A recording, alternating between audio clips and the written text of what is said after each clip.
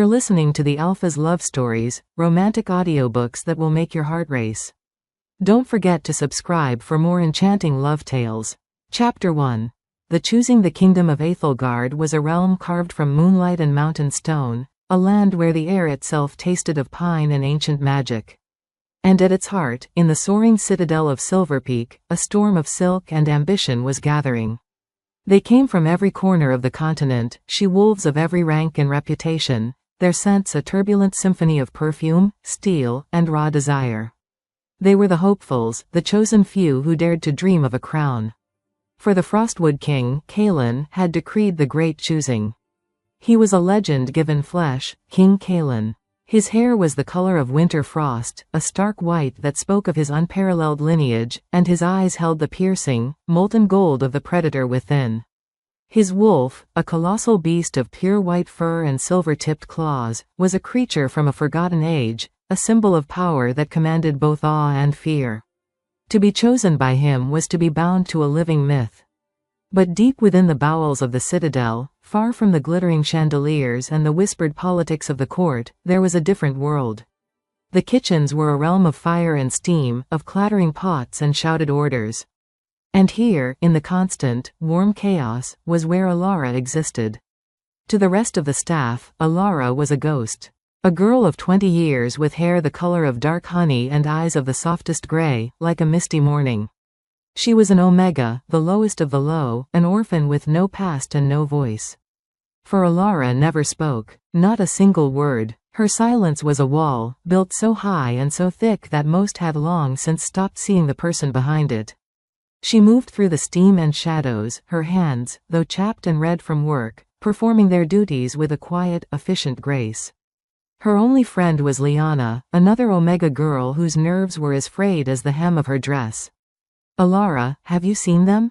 Lyanna whispered, huddling by the potato sack as Alara scrubbed a colossal pot. "The Alphas from the southern clans arrived today. Their armor is made of sun gold. They say Lady Seraphine, Duke Valerius's daughter, has already secured a private audience with the king. Everyone says she's the one. She's perfect." Alara paused her scrubbing, offering Lyanna a small, questioning look. Her gray eyes were calm, but deep within them, a flicker of something unreadable stirred. "She's the most powerful alpha female in a generation," Lyanna pressed on, her voice trembling with a mixture of excitement and dread. "Her bloodline is almost as pure as the king's.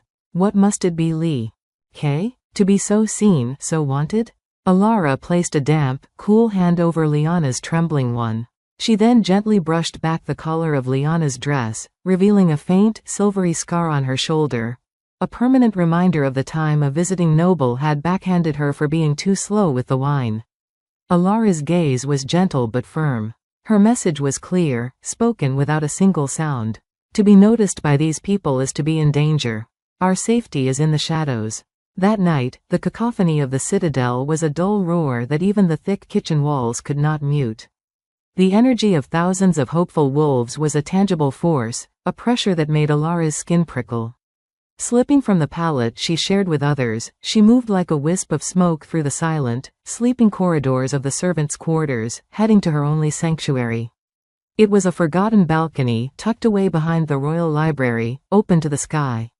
Here, the noise faded, replaced by the whisper of the wind and the brilliant, cold light of the full moon. As the lunar rays bathed her face, Alara closed her eyes. For all werewolves, the moon was a call. But for Alara, it was a conversation. A quiet, humming resonance that filled the hollow spaces inside her. It was the only time she felt truly whole, truly seen.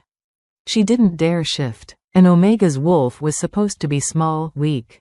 But that wasn't the reason she kept hers locked away. Her wolf was a secret, a part of her soul shrouded in a trauma so profound it had stolen her voice 12 winters ago. A secret that was a constant, low thrum of fear beneath her silence.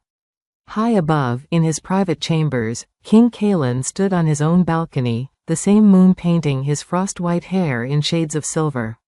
But for him, there was no peace. The relentless onslaught of scents and sounds from below was a physical agony, 1,000 different voices screaming for his attention. His wolf, a beast of immense power, was sullen and silent within him, recoiling from the artificiality of it all. His beta and captain of the guard, Rorik, stepped out to join him. "You should rest, my king. The formal presentations begin at dawn." "Rest?" Kaelin's voice was a low growl. "How can I rest when my fate is being decided by a parade of perfumed ambition? I have met duchesses and warriors, Rorik. My wolf feels nothing. It's as if my soul is deaf." "The council grows anxious," Rorik warned, his voice steady. "The attacks on the northern trade routes are increasing. They say a king without a queen is a kingdom without a heart." Kaelin's gaze drifted downward, over the sprawling, moonlit citadel. And then, a miracle. Carried on a wayward breeze, a scent. Faint, so faint it was almost lost, but his wolf seized upon it. It was not perfume. It was the scent of rain-washed earth, of wild mountain herbs, of quiet resilience and profound peace. It was a balm on his ragged senses, a single, pure note in a world of dissonance. His wolf, dormant for so long, stirred. A low, curious rumble echoed in the depths of his being. Mine? But as quickly as it came, the wind shifted, and the scent was gone. Vanished, like a dream upon waking. "Perhaps you are right, Rorik," Kaelin said, turning away from the balcony, the ghost of that scent haunting him. "One more night. The moon goddess will guide my choice." But as he retreated into his chambers, a single, treacherous thought took root. For the first time, the Frostwood King had felt a flicker of something he thought he'd never feel again. Not just hope, but a sense of coming home. And he had no idea that the source of that feeling was a silent girl in a servant's dress, weeping soundless tears under the same moon, haunted by a past that was closing in on her with every beat of the choosing drum. This is the first chapter. I have established the characters, the world, the central conflict, and ended with a hook, the king's fleeting connection to Alara and the hint of her haunted past. Shall I proceed with Chapter 2? We will continue to build the suspense, introduce the antagonists more directly, and move toward the moment of the choosing ceremony. Chapter 2. A whisper in the storm. The dawn of the choosing ceremony did not break over Silverpeak Citadel, it erupted. The serene mountain air, usually a crisp canvas of pine and cold stone, was now thick, choked with the cloying sweetness of 1,000 different perfumes, each one a desperate prayer aimed at the throne. From the highest spire to the deepest cellar, the castle was a living, breathing entity of anticipation. The grand hall, a cavernous space of polished obsidian and soaring arches designed to echo with power, was being prepared for a spectacle not seen in a generation. Down in the kitchens, the chaos was of a different, more frantic kind. Head cook Brigid, a woman whose girth was matched only by her iron will, bellowed orders that ricocheted off the stone walls like crossbow bolts. "More pheasant for the spits. The wine, where is the ice wine from the glacial lakes? Move, you laggards. The king's favor may be won upstairs, but our heads will roll down here if a single course is late." Alara moved through this maelstrom, a study in stillness amidst the frenzy. Her silence was not merely an absence of sound, it was a force, a pocket of calm that seemed to bend the noise around her. She kneaded dough for the morning rolls, her hands, chapped and red, yet possessing a strange, inherent grace, pushing and folding with a rhythm that was almost meditative. Liana, meanwhile, was a bundle of raw nerves, her hands shaking so violently she could barely slice a loaf without endangering her fingers. "Oh, Alara, I can hear them," Liana whispered, her eyes wide as saucers. "The music has started. Can you imagine? The gowns, the jewels, all those alphas?" Her voice trailed off into a terrified squeak as Brigid roared her name, sending her scrambling toward a tower of freshly washed goblets. Alara caught a goblet that teetered precariously, her movements fluid and preternaturally swift.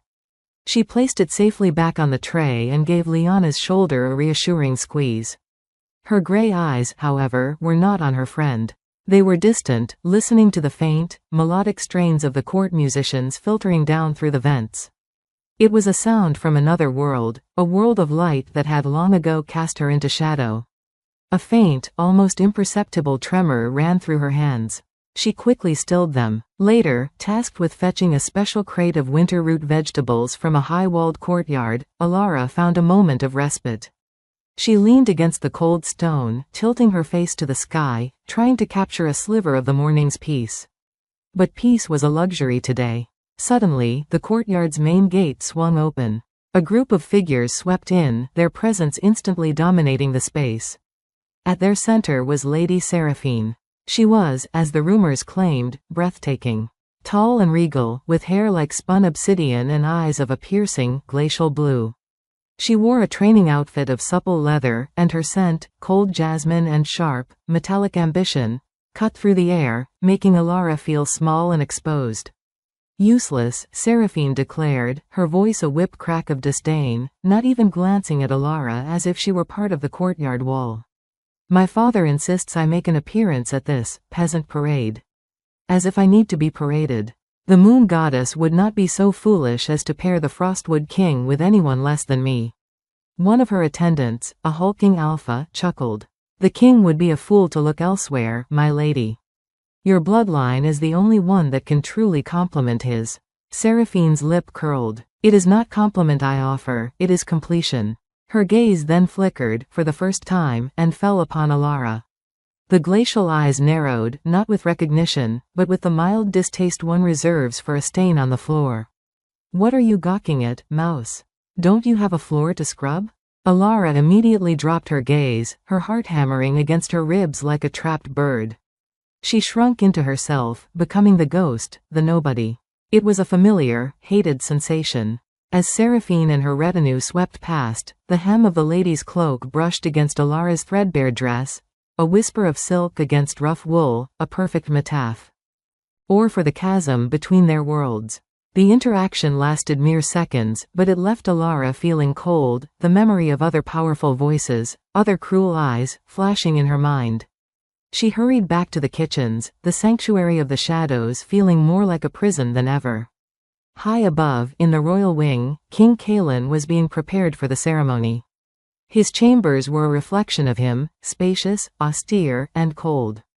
Servants draped him in the official robes of state, layers of silver-threaded gray and white, fastened with a clasp shaped like a howling wolf carved from a single piece of glacial ice. His expression was a mask of regal detachment, but Rorik, standing watchful by the door, could see the tension in the set of his jaw, the restless energy thrumming just beneath his skin. The final list is here, my king, Rorik said, holding out a scroll. 100 of the most eligible she-wolves in the realm. Their lineages, their achievements, their potentials, are all detailed. Kaelin didn't even glance at the scroll. I am not choosing a horse, Rorik. I am waiting for a thunderclap. And I hear nothing but silence. He strode to the window, looking down at the sea of colorful dots milling in the main courtyard. My wolf is agitated. It has been since last night. It smells something it wants, but the scent is gone the moment it appears. It's like trying to catch smoke. Perhaps it is merely the stress of the day, Rorik offered, though his own instincts, sharp for a beta, told him it was more. No, Kaelin whispered, his golden eyes distant. This is different. It's a pull, a longing. I felt it again, just for a moment, in the lower corridors an hour ago. Wildflowers and solace. What wolf smells of solace, Rorik? He turned, his gaze intense. Find out who was in the western lower corridors near the kitchen storage. Just before the noon bell. Rorik nodded, his expression grim. I will make discreet inquiries, my king. But the ceremony, we must go. The grand hall was a breathtaking, intimidating spectacle. Thousands of candles blazed, their light reflecting off jewels and gilded armor.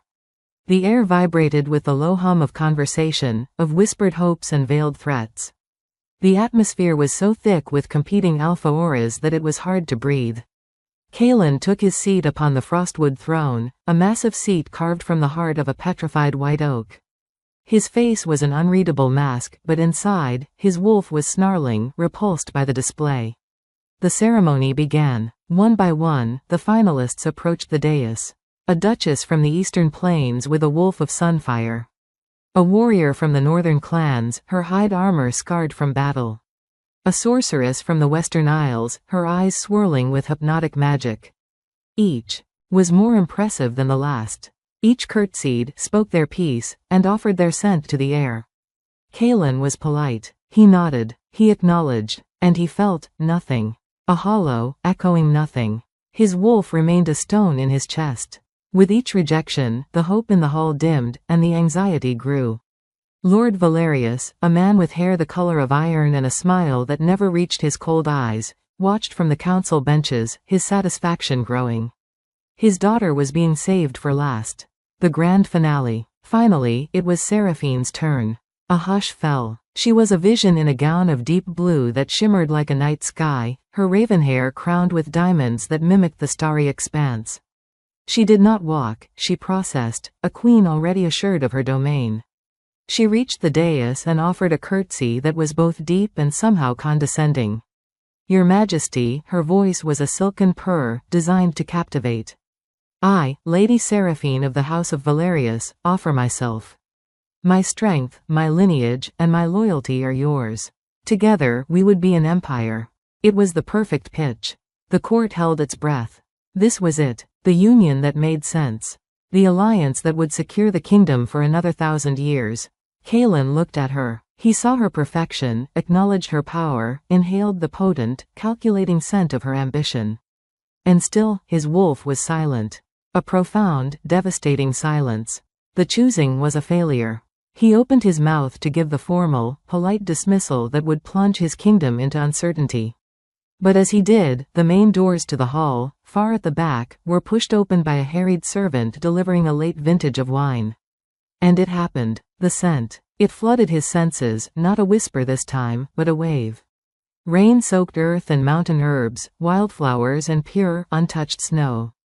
It was the scent of peace. It was the scent of her. His wolf did not stir. It exploded. Mate. The roar in his mind was not a thought, it was a primal, soul-deep command that shattered all reason. His golden eyes blazed, his pupils slitting like a predator's. He rose from his throne so abruptly the massive chair scraped against the stone dais with a deafening screech. A collective, shocked gasp rippled through the hall. Seraphine's flawless smile faltered. Kaelin, Rorik hissed, stepping forward. But the king was gone.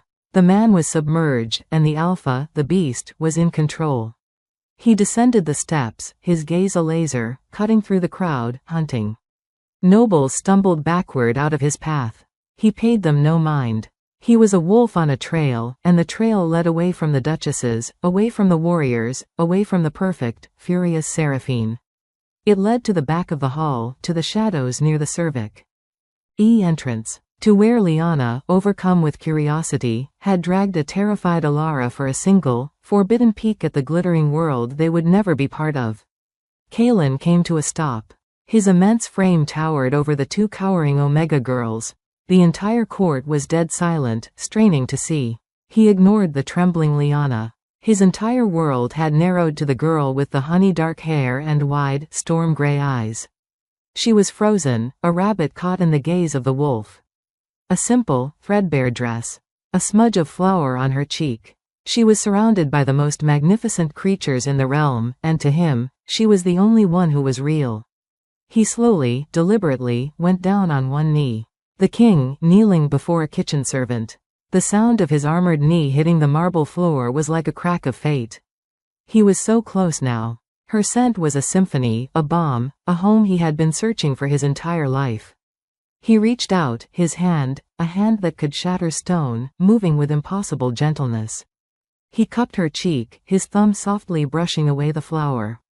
His voice, when it came, was a low, visceral rumble that vibrated through the very stones of the hall, a sound of absolute, undeniable possession. You. Alara flinched, but she couldn't look away. His touch was fire and ice, terrifying and right. The fledgling mate bond, a spark she had spent her life suppressing, ignited, sending a shockwave through her entire being. King Kaelin, the Frostwood King, looked into the soul of the silent Omega and spoke the word that would change everything. Mine. Chapter 3. The weight of a crown not meant to be worn. The word mine did not simply hang in the air. It detonated. For a single, suspended heartbeat, the Great Hall of Silverpeak was a frozen painting, 1,000 faces etched in pure, uncomprehending shock. The king on one knee. The servant girl, pale as moonlight, her gray eyes wide with a terror so profound it was a physical force. The scent of wildflowers and peace now clashing violently with the thick perfumes of ambition and rage. Then, the dam broke. A wave of sound, not a murmur, but a roar of disbelief and outrage, crashed against the vaulted ceilings. Voices, sharp and shrill, cut through the chaos. A servant? An Omega? Has the king lost his mind? This is an insult, a mockery of the sacred choosing. The hall, once a scene of ordered pageantry, devolved into a snarling, chaotic beast. Lady Seraphine stood frozen before the empty throne, her beautiful face a mask of such pure, undiluted fury it was almost grotesque.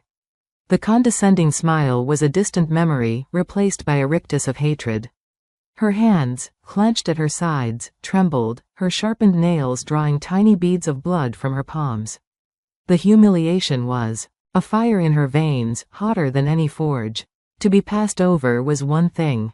To be passed over for this, for a mute, nameless creature from the scullery, it was a wound that would never, ever heal. Her glacial blue eyes promised a slow, merciless vengeance. But Kaelin heard none of it, saw none of it. His world had shrunk to the terrified girl before him. The bond, now acknowledged, was a live wire thrumming between them, a connection so visceral it drowned out the cacophony. He could feel her panic, a frantic fluttering against his own soul, a bird beating itself against the bars of a cage. He saw the way her eyes darted around, taking in the sea of hostile, snarling faces, and a protective instinct so fierce it stole his breath surged through him.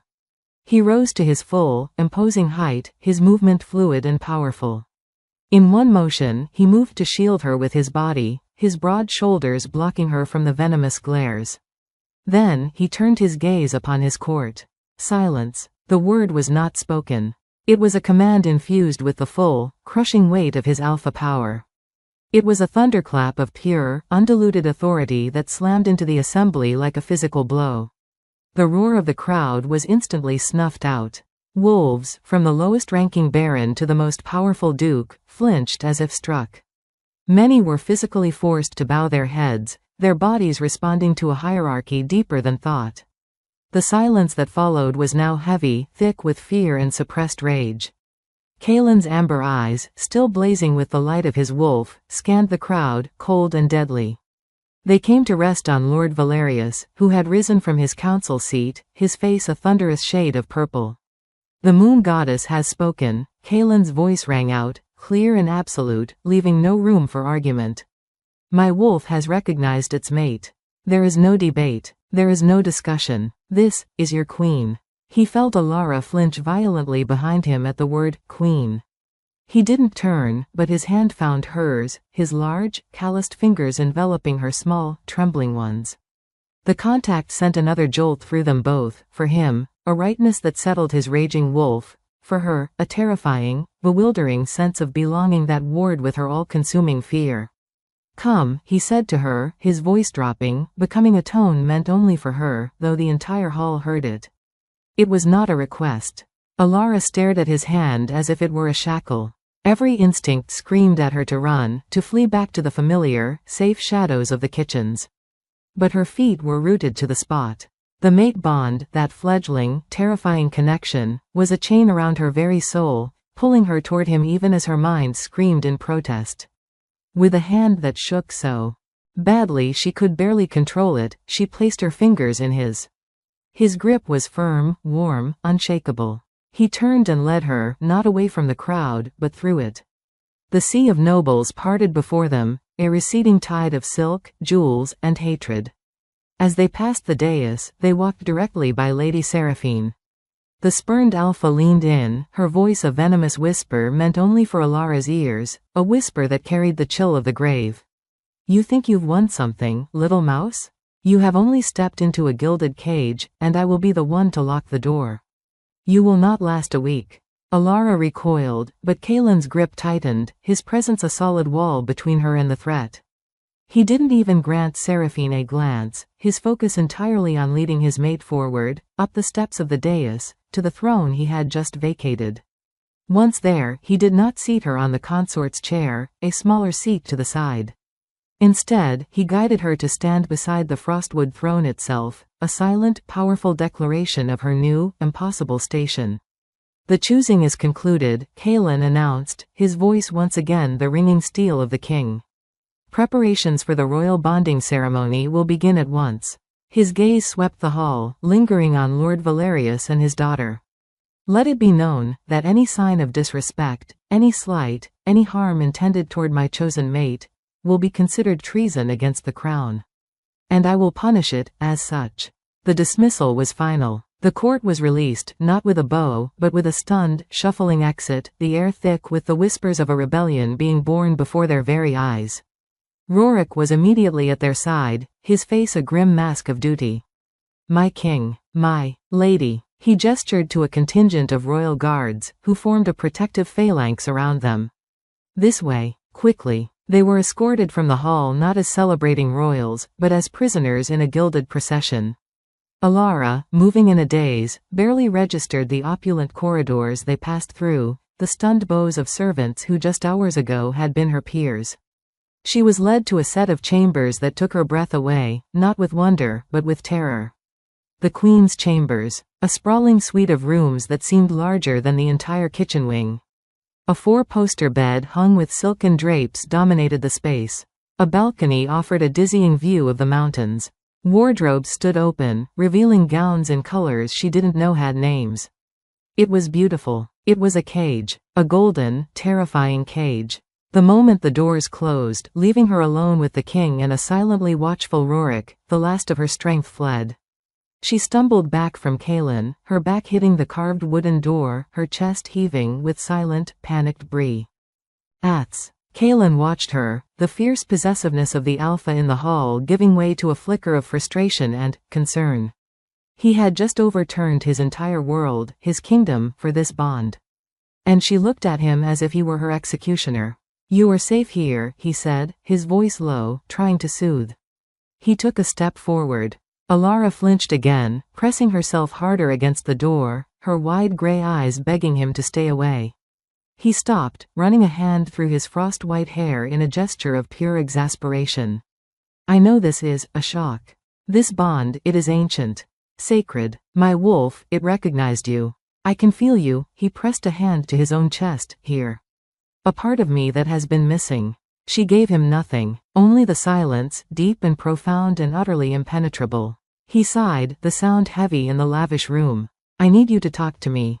Please, tell me your name." The request was almost plaintive. He, the king who commanded armies, was brought to his knees not by a rival, but by a silence. Alara simply stared at him, a single, traitorous tear escaping and tracing a clean path through the flower still smudged on her cheek. She wrapped her arms around herself, a solitary figure in the cavernous room, more lost and alone than she had ever been in the darkness of the kitchens. The king had found his mate. But the silent Omega, who held the king's soul in her hands, was now his greatest, most terrifying mystery. And as the first shouts of protest began to echo from the courtyards below, carried on the wind like a dire warning, he knew with a chilling certainty that she had also become his greatest weakness. The battle for the crown had not ended in the Great Hall, it had just begun. And the first and most crucial battle would be to win the trust of the terrified girl who held his heart, and whose silence could very well be the doom of them all. This chapter ends with Alara isolated and terrified in her new quarters, and Kaelin realizing the immense difficulty ahead. The next chapter will delve into her new life and the political machinations beginning to stir. Shall I proceed with Chapter 4? We will explore Alara's training to be queen, the court's mockery, and the first clues about her hidden past and power. Chapter 4. Gilded cages and silent screams. The days that followed the choosing were a waking nightmare, a relentless torrent of pressure that threatened to drown Alara in a sea of silk and expectations. The tiny, cramped servant's cot she had shared was a memory, replaced by a bed so vast and soft it seemed to swallow her whole. The simple, rough texture of her woolen dress was gone, traded for gowns of such fine-spun silk and velvet they felt like a lie against her skin. Every comfort was a cage, every luxury a reminder of how profoundly she did not belong. Her life became a grueling parade of lessons, each one designed to carve the servant out of her and sculpt a queen in its place. Lady Beatrice, a noblewoman so stern her face seemed permanently set in a disapproving frown, was her tutor in etiquette. Posture, Lady Beatrice would snap, her voice like the crack of ice. A queen does not slouch. She is a pillar. Shoulders back, chin level, eyes forward, though not too forward.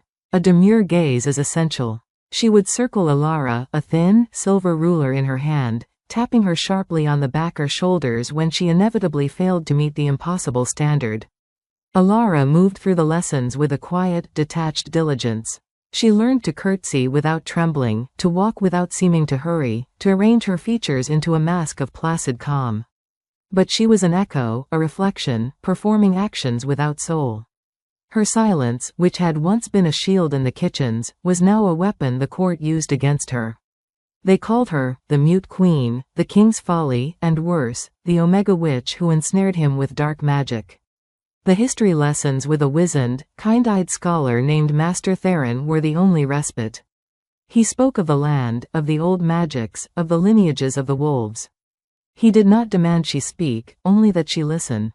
And sometimes, when he spoke of the ancient times, of the first queens who were said to have powers of healing and unity, a faint, almost imperceptible light would flicker in her gray eyes.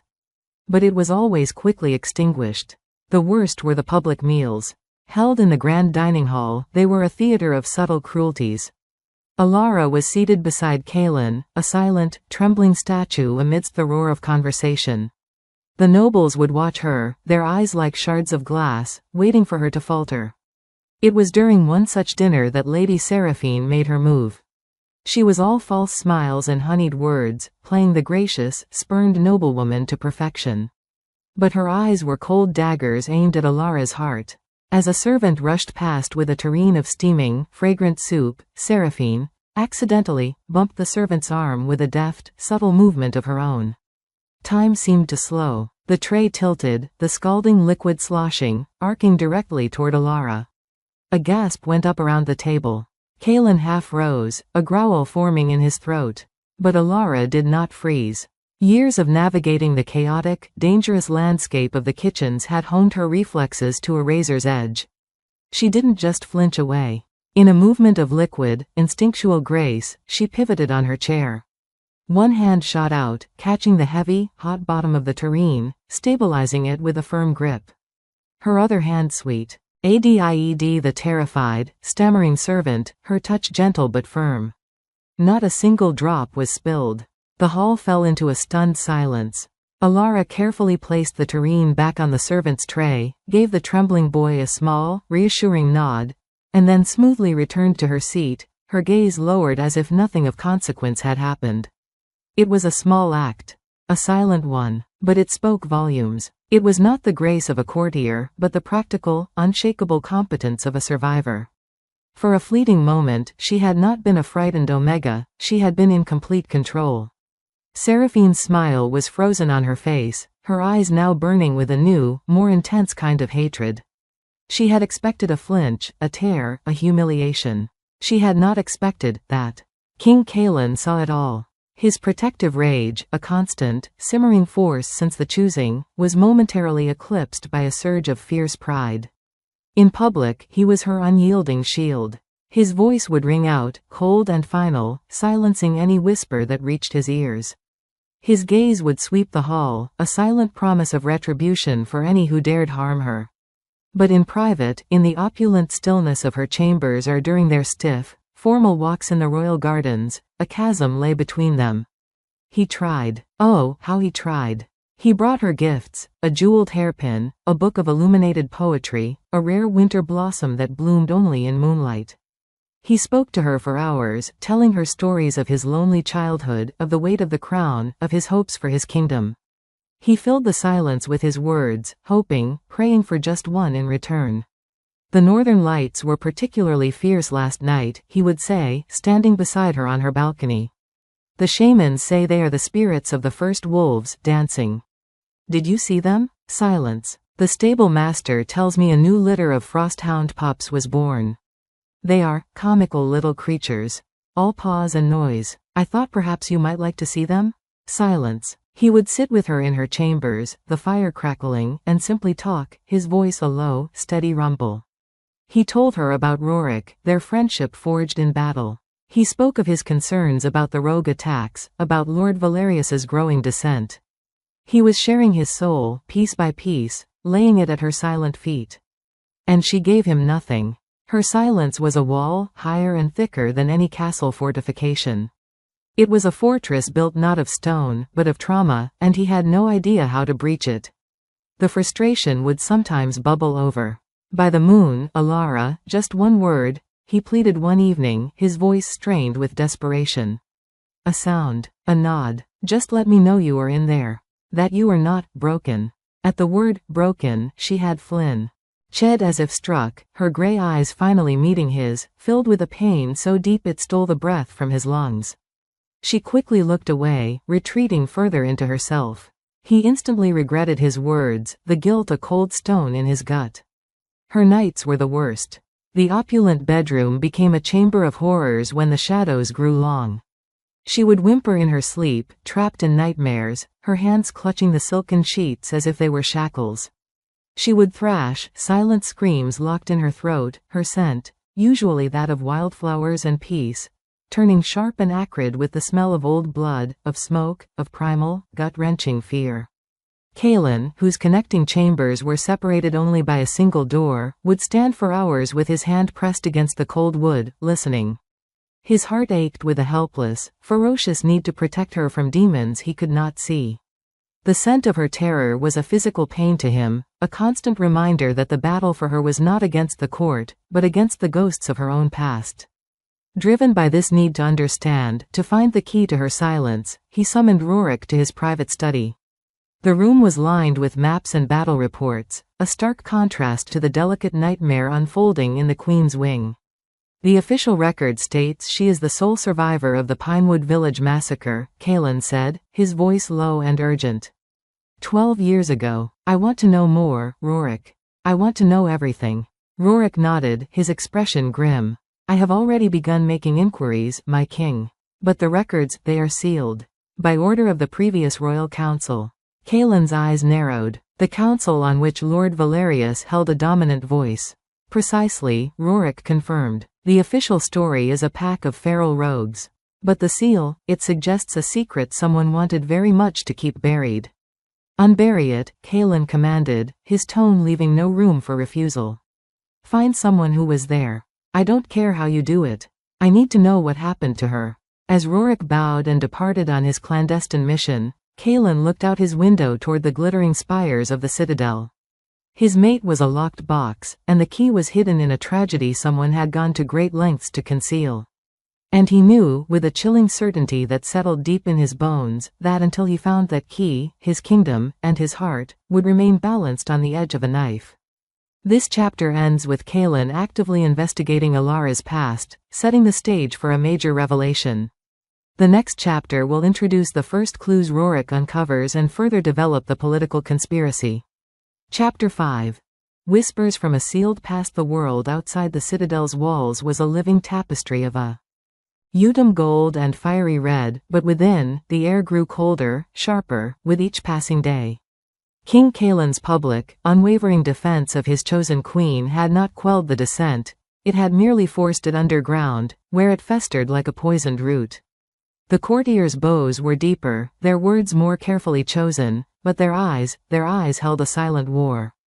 Lord Valerius had become a master of this new, subtle conflict. He was a constant, smoldering presence in the council chambers, his arguments always logical, his concerns always framed as being for the stability of the realm. He spoke of the increasing rogue attacks on the northern trade routes, the restlessness of the border pacts, the worrying rumors from neighboring kingdoms. He never once mentioned Alara directly. He didn't have to. Every problem he outlined was a silent accusation, a pointed reminder that their king was distracted by a liability. Meanwhile, Rorik moved through the shadows of the kingdom like a ghost. His quest took him far from the gilded halls, into the dusty archives of lesser keeps and the smoky, ale-soaked air of remote taverns where retired soldiers gathered to dull the edges of old memories. The official record of the Pinewood massacre was a masterwork of omission. It stated the facts: a remote village, wiped out by a pack of feral rogues. Sole survivor: a female child, found days later, trauma-induced mutism. Case sealed by the Royal Council for reasons of public tranquility. It was the seal itself that was the confession. Someone had wanted this story buried forever. After days of dead ends and wary silences, a thread finally unraveled in a dimly lit tavern nestled in a foothill village, a place where the ale was cheap and memories were long. The man's name was Theron, a grizzled former guardsman with a limp and eyes that had seen too much. He was reluctant, his gaze darting nervously around the room as Rorik, disguised in simple traveler's clothes, slid into the seat opposite him. "I have nothing to say about Pinewood," the old man muttered, draining his tankard. "That business is best left to the worms." Rorik placed a heavy purse of silver on the table between them. It was not a bribe, but a recognition of risk. The king seeks the truth, not the official story. The girl lives. She is under his protection now. Theron's eyes widened, a flicker of something, hope? Fear, crossing his weathered face? He stared at the silver, then back at Rorik's steady gaze. He leaned forward, his voice dropping to a gravelly whisper. "The official story is a lie, my lord," he confessed, the words tasting like ash. "I was part of the first patrol that arrived." "Rogues?" "No, rogues are beasts. They kill for food, for territory. What happened at Pinewood, that was an execu. Tion. It was methodical. Every soul, from the eldest elder to the smallest babe, cut down. Not with claws and teeth, but with silver blades. And the fires, they burned the bodies with the homes. It wasn't to hide the evidence of an attack, it was to erase an entire people." Rorik's blood ran cold. Why? Who were they? "The village was a front," Theron whispered, his knuckles white around his empty tankard. "A quiet place for a family that wanted to remain hidden. The family in the largest cottage, the forester, Robert, and his wife, Lyra, they weren't just foresters. They were guardians. Their daughter, she was special. Even as a babe, they said she had a way with growing things. A voice like a songbird, they said, that could calm a storm. We never found her body." "Alara," Rorik breathed, the pieces clicking into a horrifying mosaic. "Aye," Theron confirmed, his eyes haunted. "That was her name. The little girl who sang to the birds. The one we found days later, hidden in a hollow log at the edge of the woods, covered in dirt and her family's blood, and she hasn't made a sound since." He pushed the purse of silver back toward Rorik. "I don't want your coin. I just want someone to finally know. What happened there was evil. Pure, calculated evil. And the men who gave the order to seal the records, they are the same men who wear fine silks and sit on councils today." Back at the Citadel, a different kind of discovery was unfolding. King Kaelin, unable to bear the sound of Alara's nightly terrors, had taken to walking the quiet halls late at night. His path often led him, almost unconsciously, to the forgotten conservatory, her sanctuary. One evening, he found her there. She was kneeling by a patch of soil where a rare, night-blooming moon petal was struggling, its leaves wilted, its bud closed and shrunken. She didn't hear him approach. Her eyes were closed, her hands hovering just over the dying plant. Her entire being was focused, a faint tremor of concentration on her face. And then, Kaelin felt it. Not with his ears, but with his alpha senses, so attuned to the flow of energy and power. A low, resonant hum, a vibration that seemed to emanate from her very soul. It was a sound of pure, thrumming life. As he watched, stunned into immobility, the wilted plant began to straighten. The limp leaves unfurled, gaining a healthy, vibrant green hue. The shrunken bud swelled, and then, with a silent, breathtaking unfurling, it bloomed. The pristine white petals glowed in the moonlight, releasing a sweet, intoxicating fragrance. Alara opened her eyes, a look of profound peace and exhaustion on her face. She gently touched one of the petals, a sad, tender smile touching her lips for the first time since he had known her. Then she sensed him. Her head snapped. Up, the piece shattering into panic. She scrambled backward, her gray eyes wide with fear, as if he had discovered her most dangerous secret. But Kaelin did not look angry or suspicious. He looked at her with awe. His wolf, a creature of primal instinct, recognized what his human mind was struggling to comprehend. This was not the simple, weak power of a common omega. This was an old magic. A deep-rooted life force, a power of creation and healing that was supposed to have faded from the world centuries ago. The power of a true omega, a life-giver, a heart of the pack. Not a symbol of weakness, but a source of its most profound strength. He took a slow step forward, his hands open and non-threatening. Alara, he whispered, her name a prayer on his lips. What you can do, it's beautiful. She stared at him, confusion warring with her fear. She expected condemnation, fear, accusations of witchcraft. She did not expect reverence. It was in that fragile, suspended moment that Rorik found them. He entered the conservatory, his face grim, the weight of his newfound knowledge evident in his stride. He took in the scene, the king, the queen, the miraculously blooming flower, and for a moment, his resolve faltered. But duty called. My king, Rorik said, his voice low and urgent.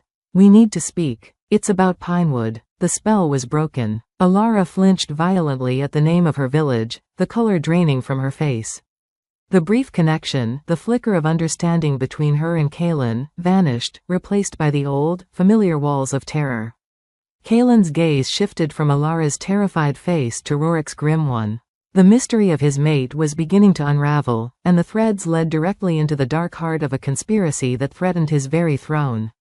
The silent Omega in his care was not just a traumatized girl, she was the living, breathing proof of a terrible crime, and the key to a power that his enemies had tried to exterminate.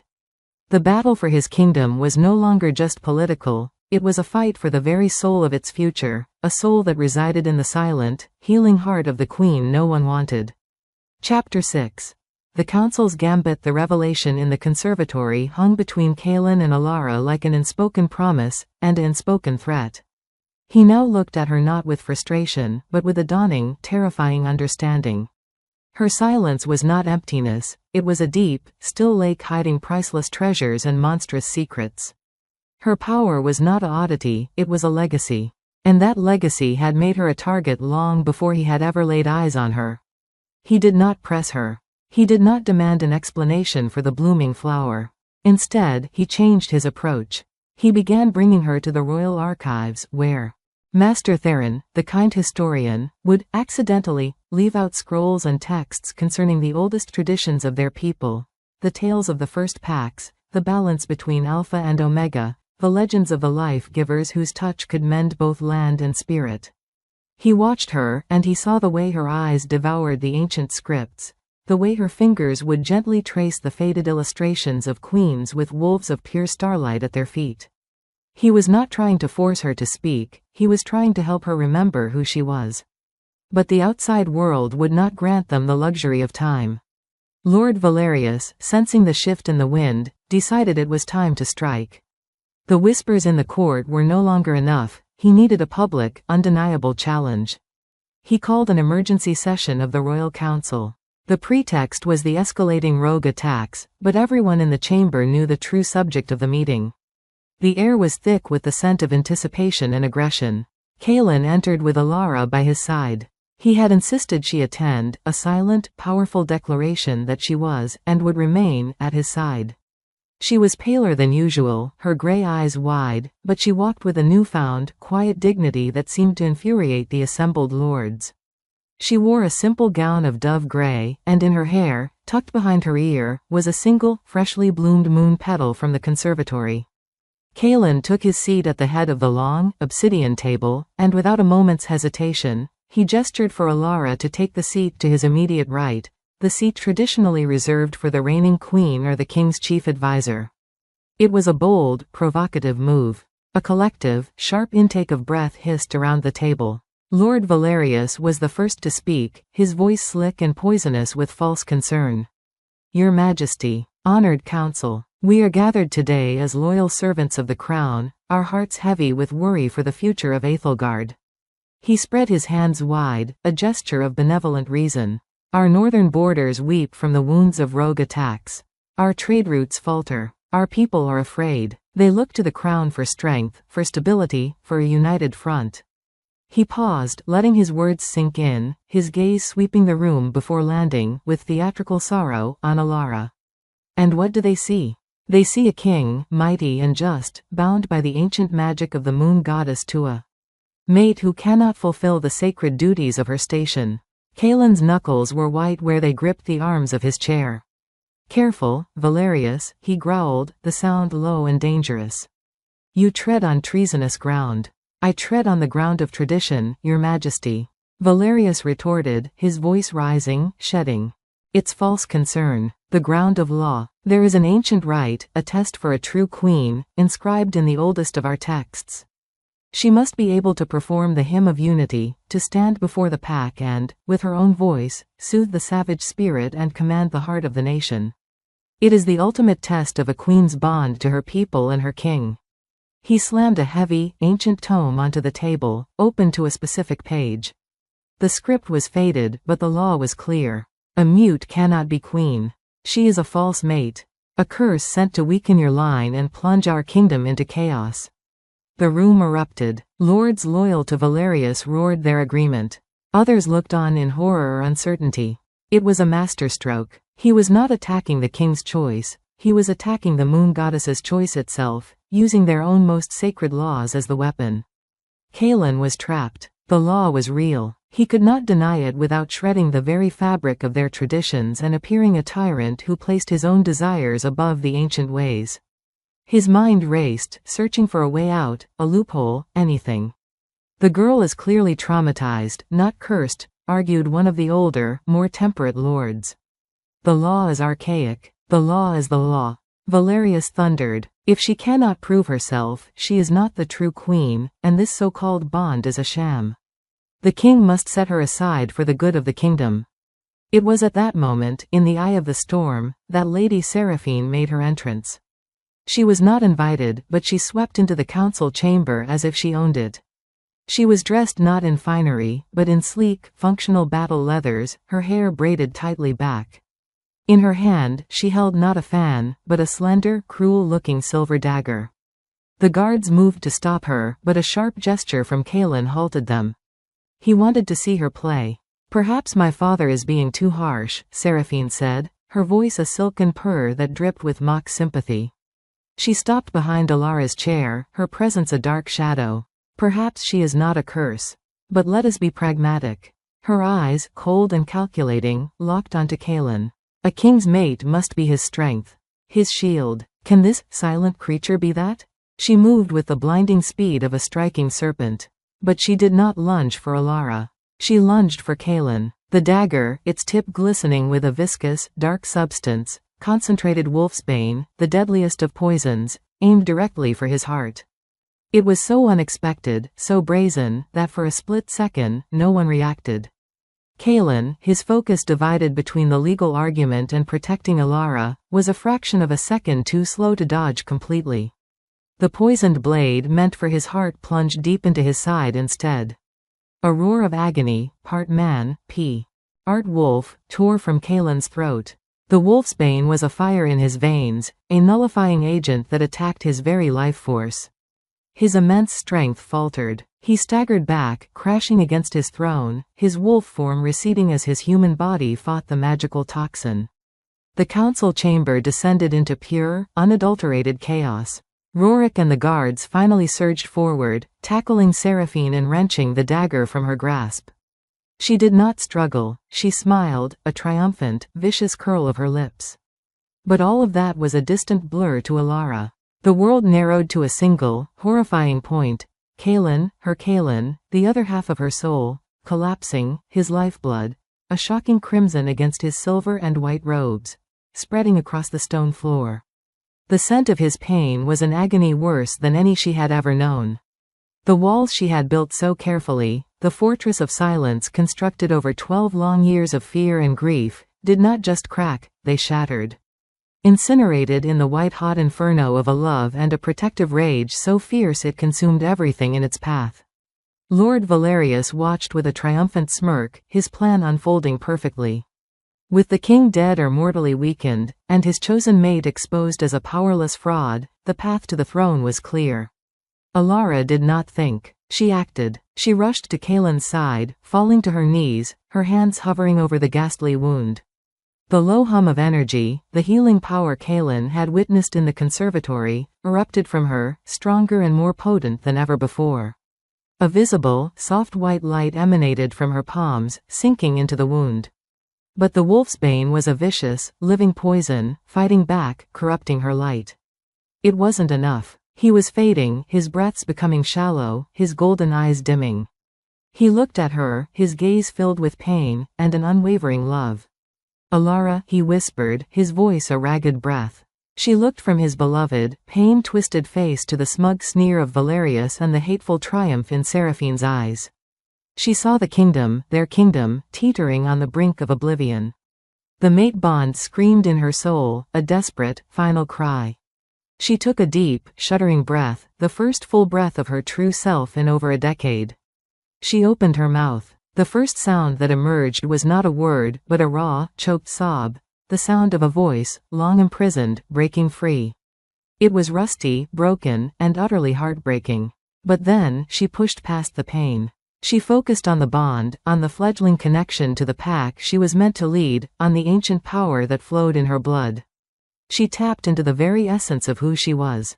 And then, she spoke. Stop. The word was not shouted. It was not a scream. But it struck the chaotic room with the force of a divine hammer. It was a voice clear and resonant, like a silver bell ringing in a sacred grove, yet layered with an ancient, undeniable authority, the inherent power of a true Omega Queen. It was not the commanding roar of an alpha. It was a deeper, more fundamental power, one that resonated with the very soul of every wolf in the chamber. Every person froze. Lord Valerius's smirk vanished, replaced by utter, jaw-slackening shock. The guards holding Seraphine slackened their grip. Rorik stared, his own heart pounding with a wild, disbelieving hope. Alara kept her hands on Kaelin's wound, her pale blue eyes, now blazing with a cold, righteous fire, lifting to meet the stunned gazes of the council. He is your king, she said, her voice growing stronger, clearer, with every syllable, ringing with truth and power. And I am his mate. You speak of old laws? Then you shall bear witness to one older still. Her gaze locked with Valerius's. The blood of a life-giver can cleanse any poison. Without a moment's hesitation, she brought her own wrist to her mouth. Her canines, not the massive fangs of an alpha, but the sharp, precise teeth of her own ancient lineage, elongated. She bit down, a clean, decisive cut. A line of crimson, shimmering with a faint, golden light, welled up. She pressed her bleeding wrist against Kaelin's pale lips. Drink, she commanded, her voice both gentle and absolute. Weakly, obediently, Kaelin did. And as her blood, infused with the potent, healing magic of the life-givers, flowed into him, the effect was nothing short of a miracle. Chapter 7. The Queen's truth. The effect of Alara's blood was not a slow mending, it was a cataclysm of healing. As her life's essence, shimmering with the ancient, potent magic of her lineage, flowed into Kaelin, a visible wave of pure, white light erupted from the point of contact. It washed over him, scouring away the insidious darkness of the wolfsbane. The ghastly, blackened wound in his side knitted together before the council's disbelieving eyes, the flesh mending, the silver poison forced out and evaporating like mist under a blazing sun. The gray pallor of his skin flushed with vibrant, healthy life. His shallow, ragged breaths deepened into strong, even pulls of air. The dim light in his golden eyes extinguished, replaced by a blaze that was brighter, fiercer, more powerful than ever before. His wolf, moments from being extinguished, roared back to life within him, not just restored, but amplified. Strengthened by her sacrifice, by her power. In mere seconds, he was on his feet. He did not stagger. He did not sway. He stood tall, a king reborn, his very presence radiating a renewed, terrifying authority. He stared at Alara, his gaze one of absolute, soul-shattering awe and adoration. Her wrist still bled, and he gently took her hand, his thumb stroking her skin just above the wound, a silent, profound gratitude passing between them. The mate bond, now fully acknowledged and reciprocated, sang between them, a perfect, unbreakable chord. The lock on her past was not just broken, it had been obliterated. And the voice that had emerged was not that of a frightened girl, but of a queen who had stared into the abyss and commanded it to retreat. The revelation of her voice and her power sent a shockwave through the council chambers that was almost physical. Lords who had moments before been calling for her head now stared, their mouths agape, their minds struggling to reconcile the mute Omega with the regal, powerful woman who had just performed a miracle. The hymn of unity Harrington had mockingly demanded was not a song of words, but a resonance of spirit, and Alara's very existence was that hymn. Harrington's face was a parchment of stunned defeat, but it was quickly contorting into something uglier, more desperate. "Seize them!" Kaelan roared, his voice now a booming instrument of royal fury, amplified by his restored power. He pointed a claw-tipped finger at Harrington and his daughter. Treason. Harrington, seeing his perfect plan unravel into ruin, lost the last vestiges of his composure. He drew a concealed, slender silver sword from a cane he carried. "Fools," he shrieked, his voice cracking with hysteria. "You follow a king bewitched by a phantom." Her line was meant to be exterminated. They were a threat to the true strength of the Alpha line. In that moment, with his own venomous words, he confirmed everything. The final, shattered pieces of Alara's memory, the nightmares of smoke and blood, clicked into a horrifying, crystalline whole. That voice. The one from her nightmares. The one that had given the orders. Her clear, resonant voice cut through his shrieking, calm and cold as a glacier. "Pinewood." Harrington froze, his eyes bulging. "You were there," Alara stated, "it was not a question. It wasn't rogues. It was you. You gave the order. You murdered them." The council chamber was so silent you could hear the dust settling. "You, remember?" Harrington breathed, his sword wavering. "I remember everything," Alara replied, her voice filled with the weight of a decade of silenced grief and the newfound strength to bear it. "My parents, Robert and Lyra, were not simple foresters. They were the last guardians of the Silver Line, the last descendants of the first life-giver queen. They were hiding me, hiding my bloodline. You didn't want a rogue attack, you wanted a genocide. You sought to erase a power greater than brute force, the power to truly unite, to truly heal. The true Omega power. You feared it." Kaelan's gaze was a physical weight upon Harrington, his face a mask of terrible, understanding rage. It all made sense. The sealed records. The push for a purely Alpha-ruled future. The desire to place his own daughter, a paragon of Alpha strength, on the throne. Harrington didn't just want power, he wanted to reshape the kingdom in an image of pure, unopposable dominance. And Alara's very existence was the one thing that could challenge that. "That power dies with you." Harrington screamed, and with a final, desperate lunge, he bypassed Kaelan entirely, his silver blade aimed at Alara's heart. He never reached her. Kaelan moved with the speed of a striking frost wraith. The sound of snapping bone was sickeningly loud as Kaelan's hand clamped around Harrington's sword arm, crushing it. The man's scream was cut short as Kaelan's other hand seized his throat, lifting him from the ground. "The power," Kaelan snarled, his face inches from the traitors, "is just beginning." He threw Harrington to the ground like a sack of rubbish, where he writhed, clutching his shattered arm. The Royal Guard, their loyalty now crystal clear, swarmed him and the still smirking Seraphine, binding them in heavy, magic-suppressing silver chains. The immediate threat was neutralized, but the kingdom was still poised on a knife's edge. The people had to see. They had to know. Kaelan knew what he had to do. He stood beside Alara on the grand balcony of the citadel, overlooking the central plaza where a massive, anxious crowd had gathered. The news of the attack, the poisoning, the chaos, had spread like wildfire. "People of Aethelgard." Kaelan's voice, empowered by his wolf and his righteous fury, rolled over the crowd like thunder. He told them everything. Harrington's treason. The truth of the Pinewood massacre, not a rogue attack, but a calculated assassination of a sacred bloodline. And the sacred, miraculous identity of his mate, Alara, the last true Omega, the life-giver returned to them. Then, he turned, and with a gesture of profound respect and love, he yielded the balcony to his queen. Alara stepped forward, no longer the girl from the kitchens, not even the frightened queen from the council chamber. She was a pillar of strength and compassion. She did not shout. She simply spoke. She told them of her past, of the night she lost everything, of the fear that had stolen her voice. She spoke of her love for their king, and her burgeoning love for their kingdom. And as she spoke, her voice, imbued with the innate magic of her lineage, washed over the crowd.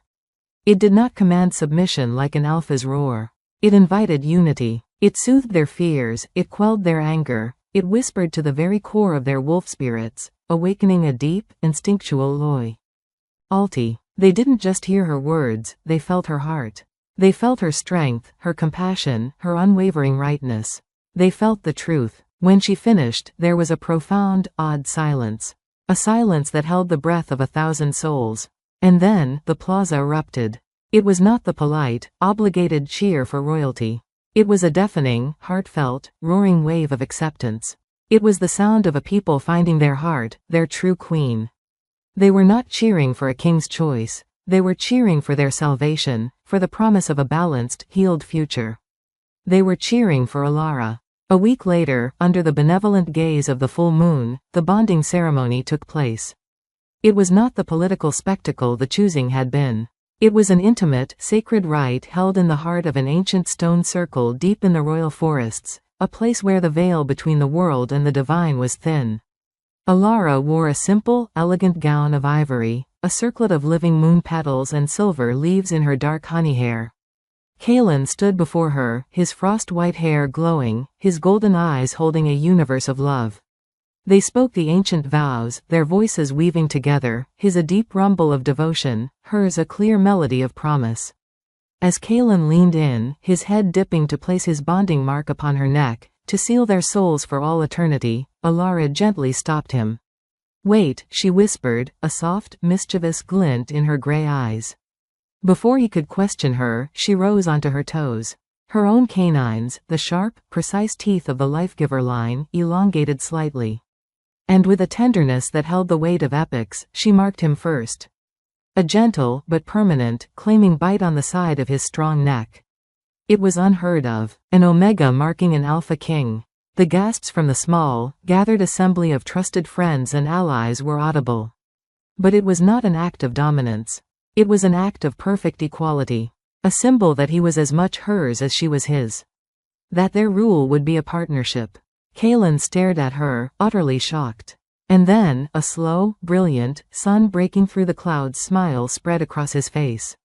It was a smile of pure, unadulterated joy and love. He pulled her close, his arms wrapping around her as if she were the most precious thing in all the worlds, and completed the bond, his mark settling just below hers. Their combined magic flared, a visible, breathtaking aura of brilliant white and shimmering silver light enveloping them, sealing their souls as one. The Frostwood King had not just found his mate. He had found his equal. The silent Omega had not just found her voice. She had claimed her destiny. Together, they were not just a king and queen. They were the balance, the word and the shield, the storm and the solace. And as their light faded, leaving them standing together, hand in hand, under the witness of the moon, a new age for Aethelgard began. An age of healing, an age of unity, an age of hope. This chapter concludes the central arc of their bonding and the defeat of the immediate villains.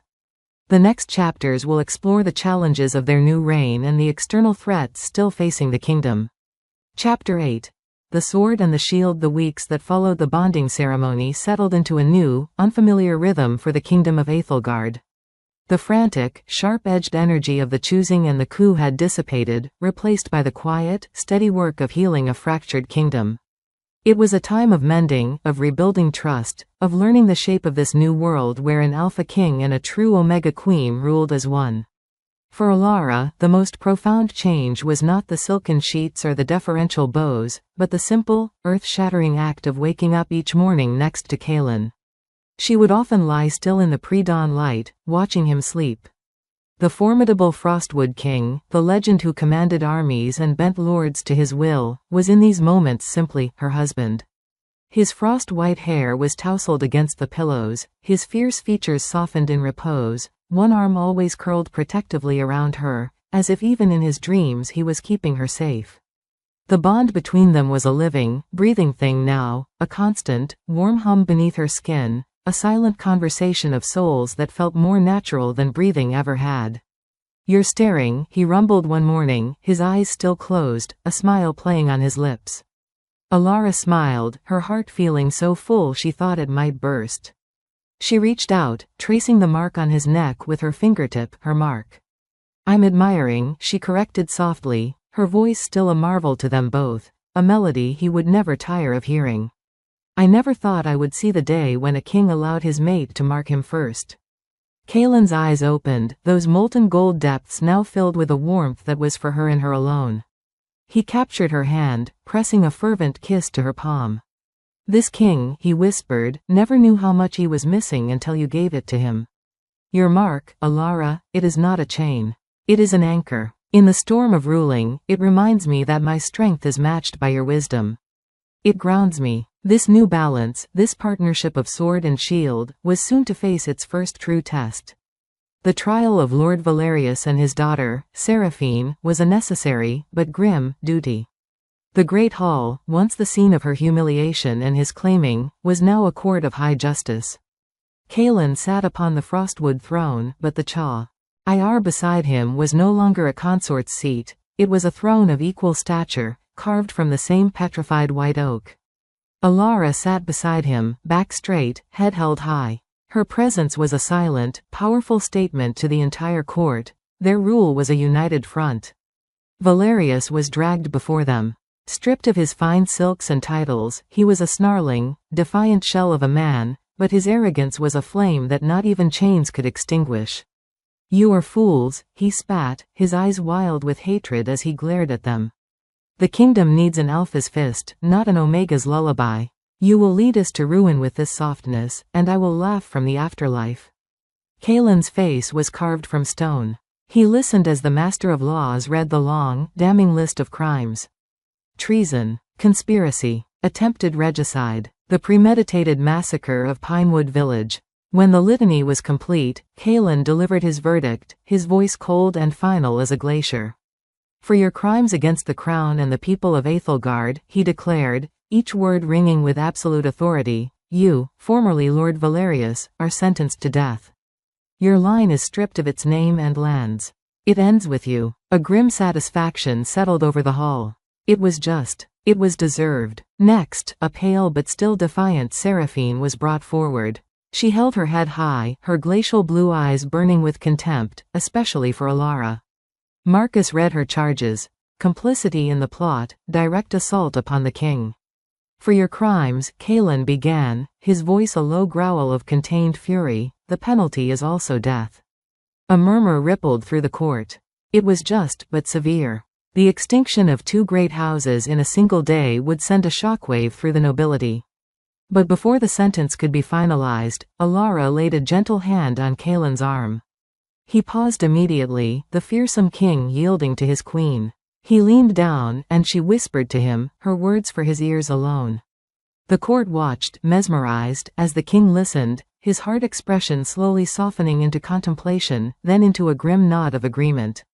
He straightened, his gaze falling upon Seraphine. My queen, however, has advised a different path, he announced, causing a new wave of shocked whispers. She believes that death is an escape from consequence. It offers no lesson, only an end. Alara then spoke, her clear, calm voice cutting through the murmurs. Lady Seraphine, she began, her gaze steady and compassionate, yet utterly firm.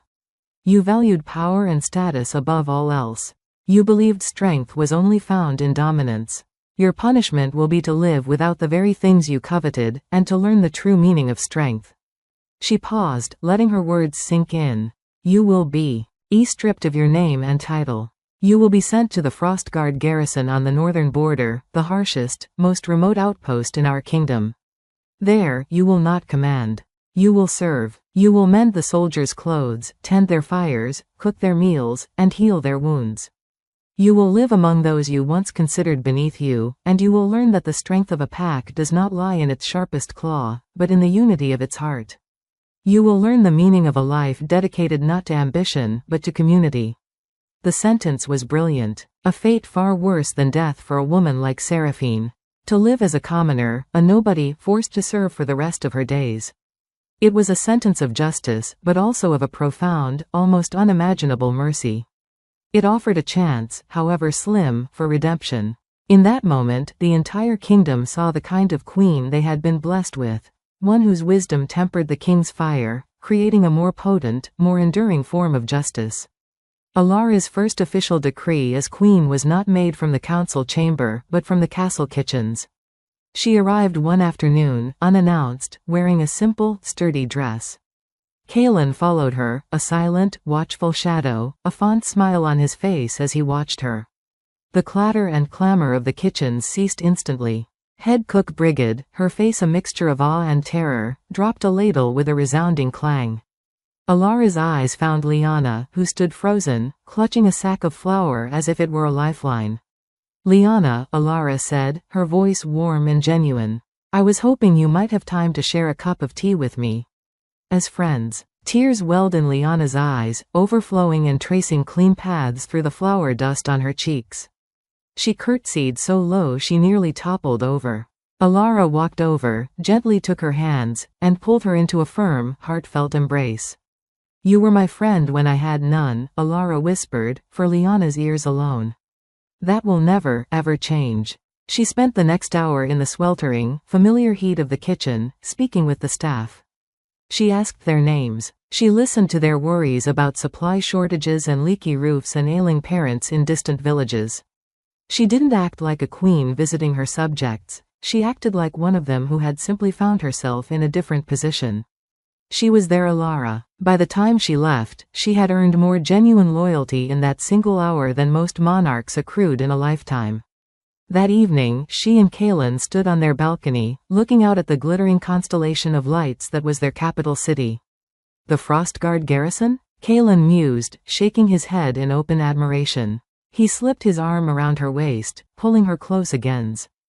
"The evening's chill. Even I would not have thought of that. It was far crueler, and far more just, than a simple execution." "It is because you are the kingdom's sword," Kaelin, Alara said softly, leaning her head against his shoulder, finding her perfect place there. "But a kingdom cannot be ruled by the sword alone. It will only ever yield to fear. I must be its shield. It must also be ruled by compassion, if it is to yield loyalty." "We need both," he agreed, his voice a soft rumble against her ear. "And what of the rogues on the northern trade routes?" he asked after a moment of comfortable silence. "My sword has been itching to meet them. The reports grow more troubling each day." "Then your shield will go with you," Alara replied without hesitation, tilting her head to look at him. "Perhaps they are not just feral beasts, Kaelin. Perhaps they are wolves who have lost their packs, their purpose, their hope. Perhaps they do not need an alpha's snarl to put them down. Perhaps they need a queen's voice to remind them where they belong." Kaelin looked down at her, at the quiet Omega who had overturned his world, silenced his court, and captured his soul. She saw a path he had been blind to, not with weakness, but with a deeper, more profound strength. She was right. For centuries, the Wolf Kings had ruled with dominance alone. But now, the sun had found its moon. A new age was dawning for Aethelgard. A reign not just of power, but of purpose. And their story, the story of the sword and the shield, was only just beginning. Chapter 9. The Howling North. The decision to journey north was met with immediate and vocal resistance from the council. The old lords, their minds still shaped by the rigid doctrines of Valerius, saw it as an unnecessary risk. "Your Majesty, send a legion." "Send 3, one had argued, his fist pounding the obsidian table. "Crush the vermin. Show them the iron fist of the frostwood crown. The king and queen venturing into that desolate wilderness is unthinkable." But Kaelin, with Alara's quiet certainty beside him, had held firm. "A king who only knows how to crush, does not know how to rule," he had stated, his voice leaving no room for debate.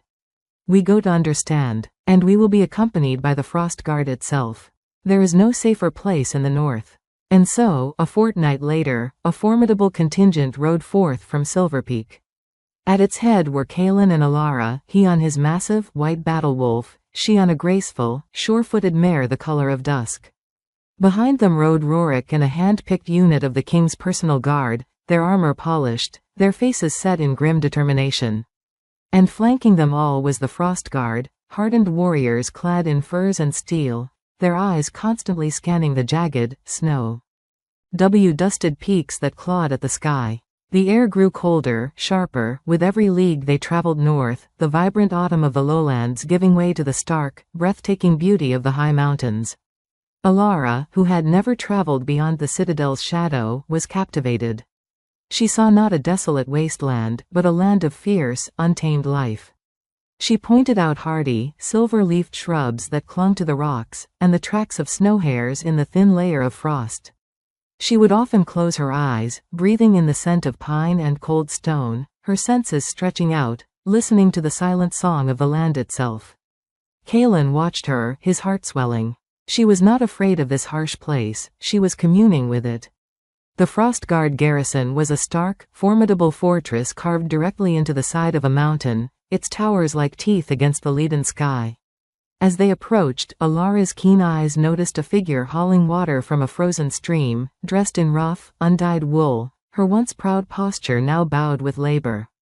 Seraphine. She did not look up as the royal procession passed, but her shoulders stiffened, a tremor of pure, undiluted hatred radiating from her even at a distance. Alara felt a pang of sorrow, not for the sentence, but for the wasted life, the hardened heart. There, but for the grace of the moon goddess, went she.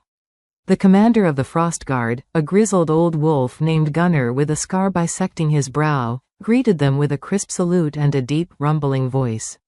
Your Majesties, the reports are accurate. The attacks are growing bolder. They strike at night, like ghosts, targeting our supply caravans. They are cunning, but he hesitated, his keen eyes troubled. But what, Commander? Kaelin pressed. They do not fight like mindless beasts, my king, Gunnar admitted. They use tactics. They set traps. And they never take more than they need. Only food, medicine, warm clothing. It is strange. That night, in the Spartan warmth of the commander's quarters, Alara could not sleep. The wind howled outside like a chorus of lost souls, and through the bond, she could feel Kaelin's restless energy. He was a king, a warrior, bred for action, and the waiting was a subtle torture. Something is wrong here, Kaelin, she whispered into the darkness. It's not just the attacks. The land itself feels wounded. There is a sorrow here, a deep, old pain. He turned to her, his golden eyes glinting in the faint light from the hearth. What do you feel? It's like an echo, she said, sitting up, her gray eyes distant as she listened to a song only she could hear. A pack, once strong, now shattered. Not by claws, but by betrayal. By a broken promise. They aren't rogues by choice, Kaelin. They are exiles. The next eve. Ning, their suspicions were confirmed. A scout returned, bleeding from a gash on his arm, his face pale. We found their den, Your Majesty, he panted. In the high passes, in the glacier's maw. They're not a large pack. Maybe 30, but they're organized. And they have pups with them. Pups. The word changed everything. Feral rogues did not raise pups in an organized den. This was a surviving pack. Against Gunnar's strenuous objections, Kaelin and Alara decided to go themselves, taking only a small, elite group. They approached the glacier's maw under the cover of a moonless night, their movements silent as falling snow. The den was hidden behind a curtain of frozen waterfalls, a cavern that breathed out the scent of cold, of unwashed fur, of despair, and of sickness. From the shadows, they watched.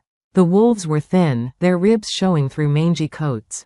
Their eyes held not the feral madness of rogues, but a hardened, desperate grief. In the center of the cavern, a she-wolf whimpered, licking at a feverish, coughing pup. The sound of the pup's ragged breathing was a knife in the silent night. Kaelin made to step forward, his alpha aura rising, ready to demand submission. But Alara placed a hand on his arm. No, she said softly. Not like that. She stepped out from the shadows alone, her hands open and empty at her sides. The moment she was spotted, a chorus of snarls erupted. Gaunt, desperate wolves surged to their feet, forming a protective wall in front of the sick she-wolf and her pup. Alara did not flinch. She did not command. She simply stopped and began to speak, her voice low and melodic, weaving through the snarls like a gentle stream through jagged rocks. We are not here to fight you, she said, her words carrying on the frozen air. We are here because we heard a child suffering. She took another slow step forward, her gaze fixed on the sick pup. My name is Alara. I am a healer. Please, let me help. A massive, scarred wolf, clearly the pack's alpha, stepped forward, his lip curled back from yellowed fangs. His voice was a gravelly growl, worn down by hardship. Lies. The Frostwood King sends his witch to finish what his father started. We want nothing from you. Kaelin, hearing this, stiffened. What his father started. Alara did not retreat. Her compassion was a shield stronger than any steel. The king is here with me, she said, her voice unwavering. He comes not as a conqueror, but as a protector. The crimes of the past are a wound on this entire kingdom. We are here to help heal it. Starting with your pup. She took a final step, now within reach of the alpha's claws. She ignored him, her entire focus on the whimpering child. She knelt, her movements slow and deliberate, and reached into a pouch at her belt, pulling out a small, clay jar of healing salve she had prepared from herbs in the Citadel Gardens. The pack alpha watched her, his body trembling with tension, with the memory of old betrayals. He saw the genuine concern in her gray eyes, felt the soothing, peaceful energy that radiated from her. He saw her completely vulnerable, offering not a threat, but a gift. With a hesitant, almost imperceptible nod, he stepped aside. Alara moved to the pup's side. She gently smoothed the salve on its chest, her hands hovering over its small, feverish body. The low, resonant hum of her power filled the cavern.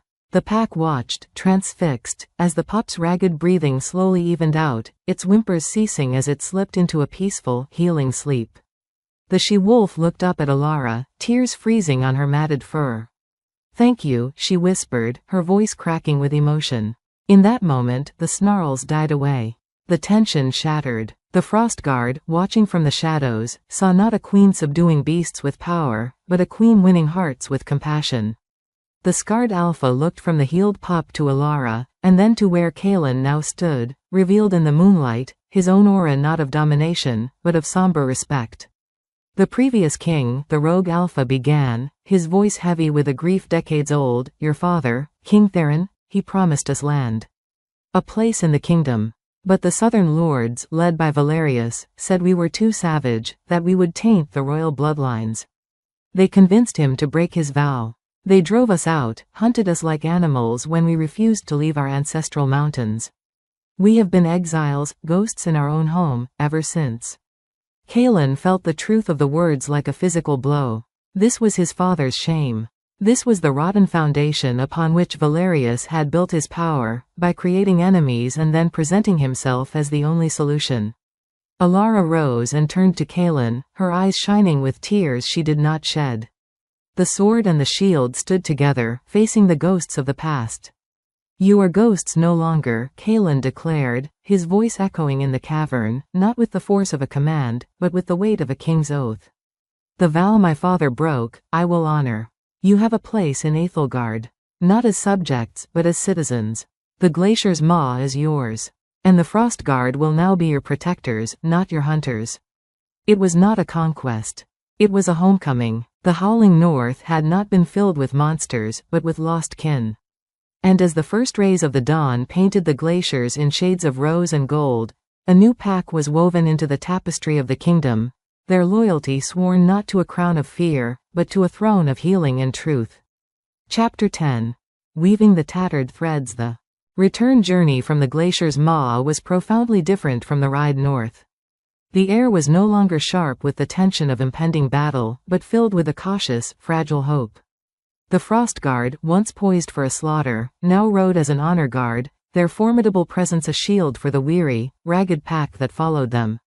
The exiles, no longer rogues, walked with their heads held a little higher, their gaunt frames carrying not just the weight of their own survival, but the staggering, delicate burden of a second chance. Alara rode beside Kalen, her heart a tumultuous sea of emotions. The joy of saving the pup, of seeing the desperate hope rekindle in the exile's eyes, was immense.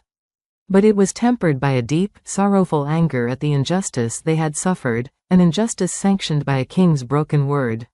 She could feel the same conflict raging within Kalen through their bond, a king's pride in a wrong being righted, warring with a son's shame for his father's failing. The scarred alpha, who had introduced himself as Borin, walked close to them, his mate, Anya, carrying their now healthy pup in her arms. Borin's gaze constantly scanned the mountains, a lifetime of vigilance not easily forgotten. "The southern lords will not accept this," Borin said, his voice a low rumble, not of threat, but of grim certainty. Valerius was their voice, but the sentiment, the fear of those who are different, it runs deep. "They will have to," Kalen replied, his tone leaving no room for argument, yet it was layered with a newfound understanding. "The law of the crown is absolute. But you are right. A decree from the throne does not instantly change hearts. It only opens the door. You must be the ones to walk through it. When the mixed procession finally arrived at the Frostguard garrison, the reaction was a microcosm of the challenge that lay ahead. The garrison wolves watched, their expressions a mixture of curiosity, suspicion, and ingrained prejudice. They saw the thin frames, the matted fur, the feral glint that hardship had etched into the exiles' eyes. They saw the vermin they had been tasked to exterminate, now walking freely among them. Commander Gunner, to his credit, followed his king's order without public question. He allocated a section of the fortress for the exiles, provided warm food and blankets, and assigned his own healer to tend to their sick and elderly. But the tension in the Great Hall that evening was a thick, suffocating fog. The Frostguard kept to one side, their conversation a low, wary murmur. The exiles huddled on the other, eating quickly and silently, their bodies coiled like springs. Alara watched it all, her heart aching. A decree could provide shelter and food, but it could not build a bridge across. A chasm of mistrust forged over decades.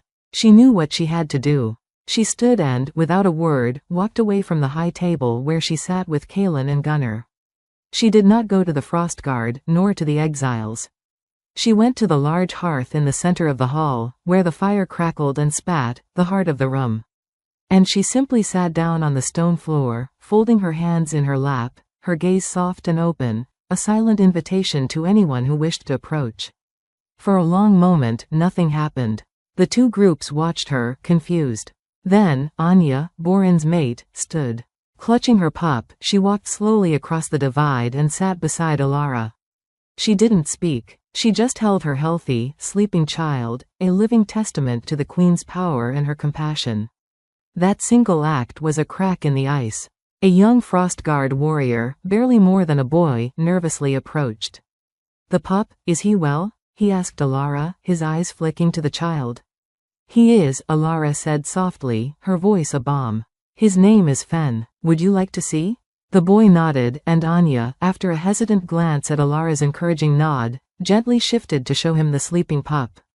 The young warrior smiled, a genuine, unguarded expression. He's strong." One by one, others followed. A grizzled exile with a crippled paw began telling a Frostguard veteran about the great mountain cat that gave him the injury. A Frostguard cook asked the exile women about the edible roots and herbs they foraged in the high peaks, sharing recipes. The low murmur of conversation slowly grew, no longer two separate currents, but one intermingling stream. Kaelin watched from his seat, his chest tight with a pride so fierce it stole his breath. He had wielded the sword of royal authority to create the opportunity. But it was Alara, his shield, his heart, who had walked into the no-man's land between them and, with nothing but quiet courage and an open heart, begun to build the peace. Later that night, in the privacy of their chambers, Kaelin gathered her in his arms. "You were magnificent," he whispered into her hair. "I commanded them to coexist. You showed them how." Alara leaned into his strength. "They are not so different, Kaelin. They all love this land. They all want safety for their families. They just forgot they were on the same side." She paused, her voice growing quiet. "The shame you carry for your father, you must not let it become a chain. You are not him. Your word is your bond. They believe that now. I believe it." Her words were an absolution he hadn't known he needed. The weight on his shoulders felt a little lighter. The following days were a delicate dance of integration. Borin and Commander Gunner, two old warriors, began to walk the perimeter of the fortress together, discussing defense strategies, their shared expertise forming a grudging respect. Alara worked with the healers, both garrison and exile, sharing her knowledge of herbs and the subtle, healing energy she could channel, mending wounds both physical and spiritual. But the shadow of the southern lords loomed large. As they prepared to return to Silver Peak, a swift-winged messenger hawk arrived from Rorik. The scroll he carried contained troubling news. The southern lords, led by the remnants of Valerius's faction, were in an uproar. The news of the rogues being granted land and status had spread like a poison. They were calling it a betrayal of alpha purity, a dangerous sentimentality that would weaken the kingdom. Whispers of dissent were growing louder. The peace they had forged in the north was fragile, and a storm was gathering in the south. They had woven one tattered thread back into the kingdom's tapestry, but the entire fabric was now under threat. Kaelin crumpled the scroll in his fist, his jaw tight. The battle in the council chamber was only the first skirmish, he said to Alara, his golden eyes hard. The real war for the soul of Aethelgard is just beginning. Alara placed her hand over his clenched fist, her touch calming the storm within him. Then we will face it as we have faced everything else, she said, her voice steady, her gray eyes holding the unshakable calm of the mountains themselves. Together, the sword and the shield. Their journey home would not be a triumphant parade, but a return to a different kind of battlefield. The northern frontier was secure, but the foundations of their throne were now being tested. The true measure of their reign was about to begin. Chapter 11. The Gilded Rebellion. The return to Silverpeak Citadel was not the homecoming they had hoped for. The air in the capital was thick, not with celebration, but with a simmering, watchful tension. The vibrant silks and cheerful banners that usually adorned the streets seemed muted, as if the city itself was holding its breath. The news from the north had flown ahead of them on the frantic wings of rumor, twisted and distorted by fear and malice. They were not hailed as peacemakers, but watched as radicals who had welcomed savages to their doorstep. The council chamber, when Kaelin and Alara entered it, was a pit of barely concealed hostility. The lords who had once bowed so deeply now offered only curt, perfunctory nods. Their scents were a turbulent mix of anxiety, outrage, and a cold, calculating ambition. At the center of it all was Lord Theron, a barrel-chested duke from the southern vineyards who had been Valerius's most vocal supporter. His face was flushed, his hands clenched into fists on the polished table. "Your Majesty, T. Heron began, his voice dripping with a false, strained courtesy. "We rejoice in your safe return. However, the developments in the north have caused grave concern among the loyal houses of the south. To grant land and title to a pack of feral rogues, animals who have bloodied our guards and plundered our caravans, is not just unprecedented. It is an insult to every wolf who has sworn fealty to the Frostwood line." Murmurs of agreement rippled through his faction. Kaelin remained seated, his expression unreadable, but Alara could feel the controlled fury simmering beneath his calm exterior through their bond. "They were not rogues, Lord Theron." Kaelin's voice was quiet, but it cut through the murmurs like a blade. "They were exiles, wronged by a broken promise from this very throne. A wrong I have now righted." "A wrong?" Theron scoffed, losing the veneer of respect. "They are mongrels. Their bloodline is weak, mingled with the baser instincts of the highland beasts. To integrate them pollutes the purity of our kingdom. It shows a fatal weakness at the very heart of the crown."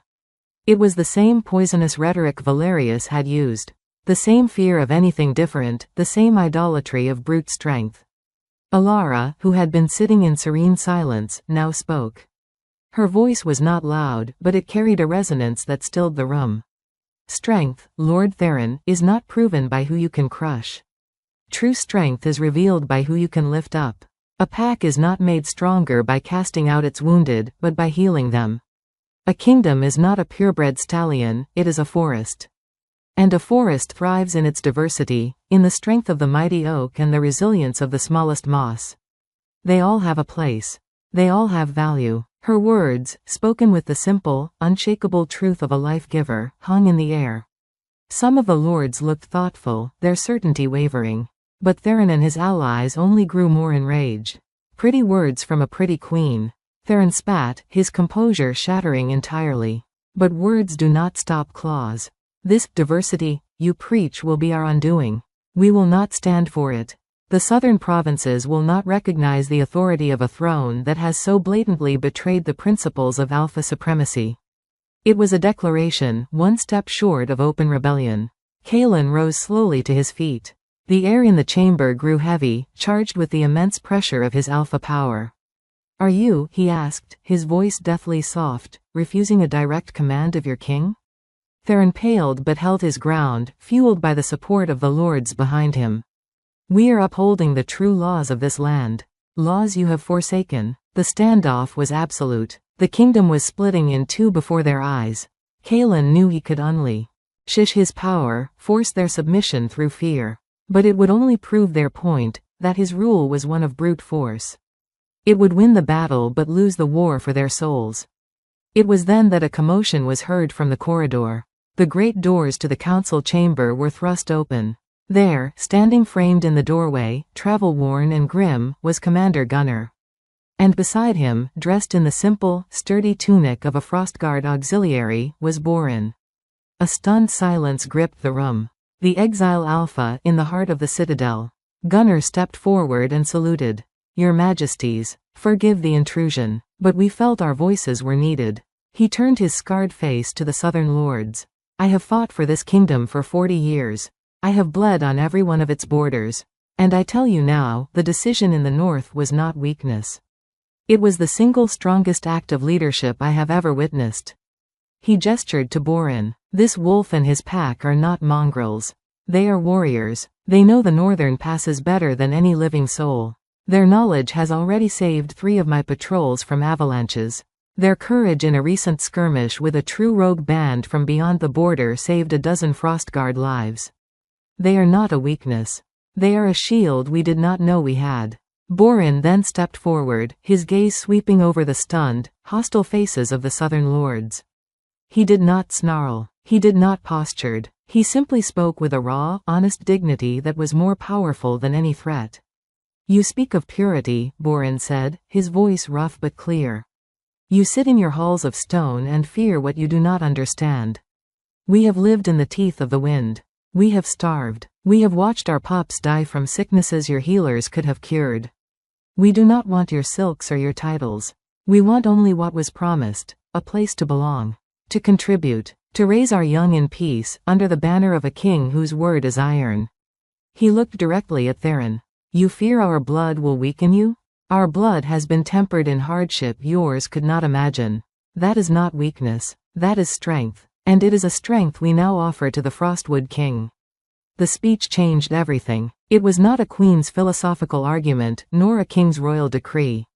It was the testimony of a soldier and the plea of a father, undeniable in its truth. The resolve in Lord Theron's face crumbled. The lords behind him shifted uncomfortably, their righteous anger deflated by the sheer, unassailable force of the reality presented to them.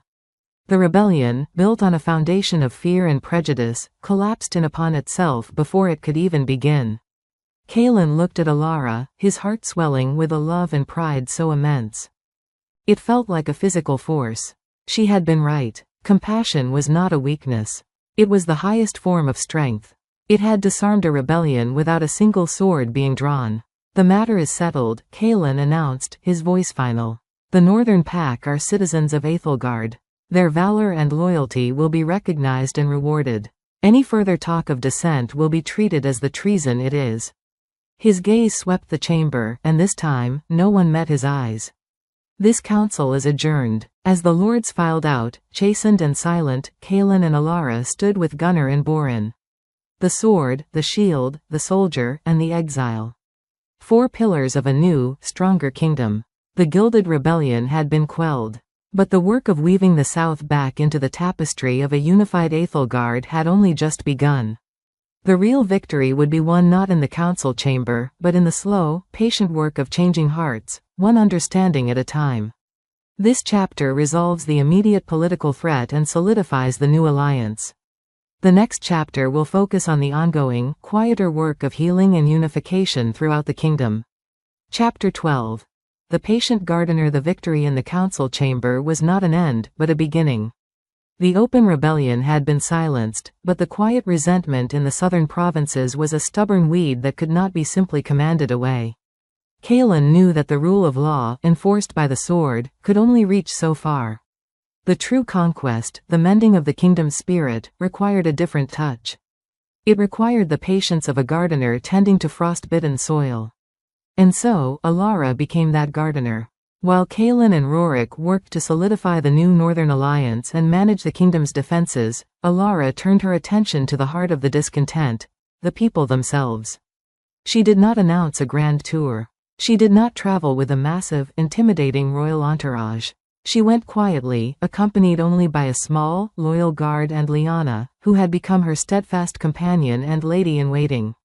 Her first stop was not a great ducal palace, but a small, struggling farming village in the southern foothills, a place that had loudly supported Lord Theron's rhetoric.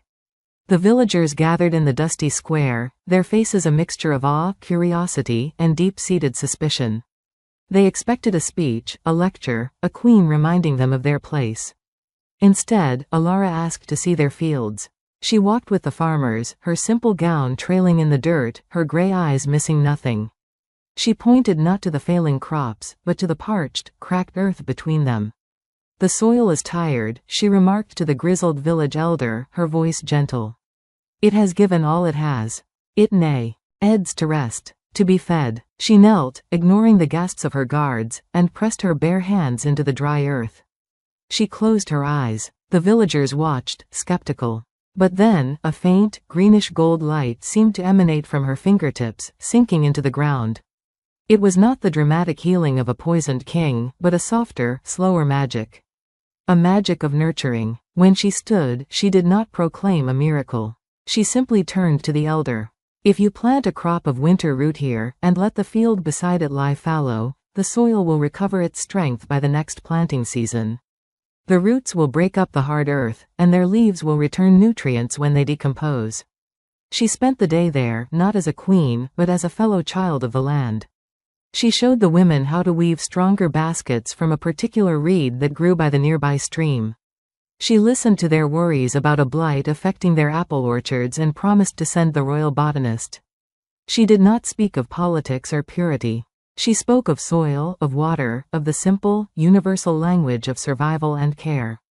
By the time she left, the suspicion in the villagers' eyes had been replaced by a dawning respect. They had not been lectured, they had been understood. They had not been commanded, they had been helped. The queen, the Omega Witch, had gotten her hands dirty for them. This became her way. She traveled from village to town, a quiet, calming presence.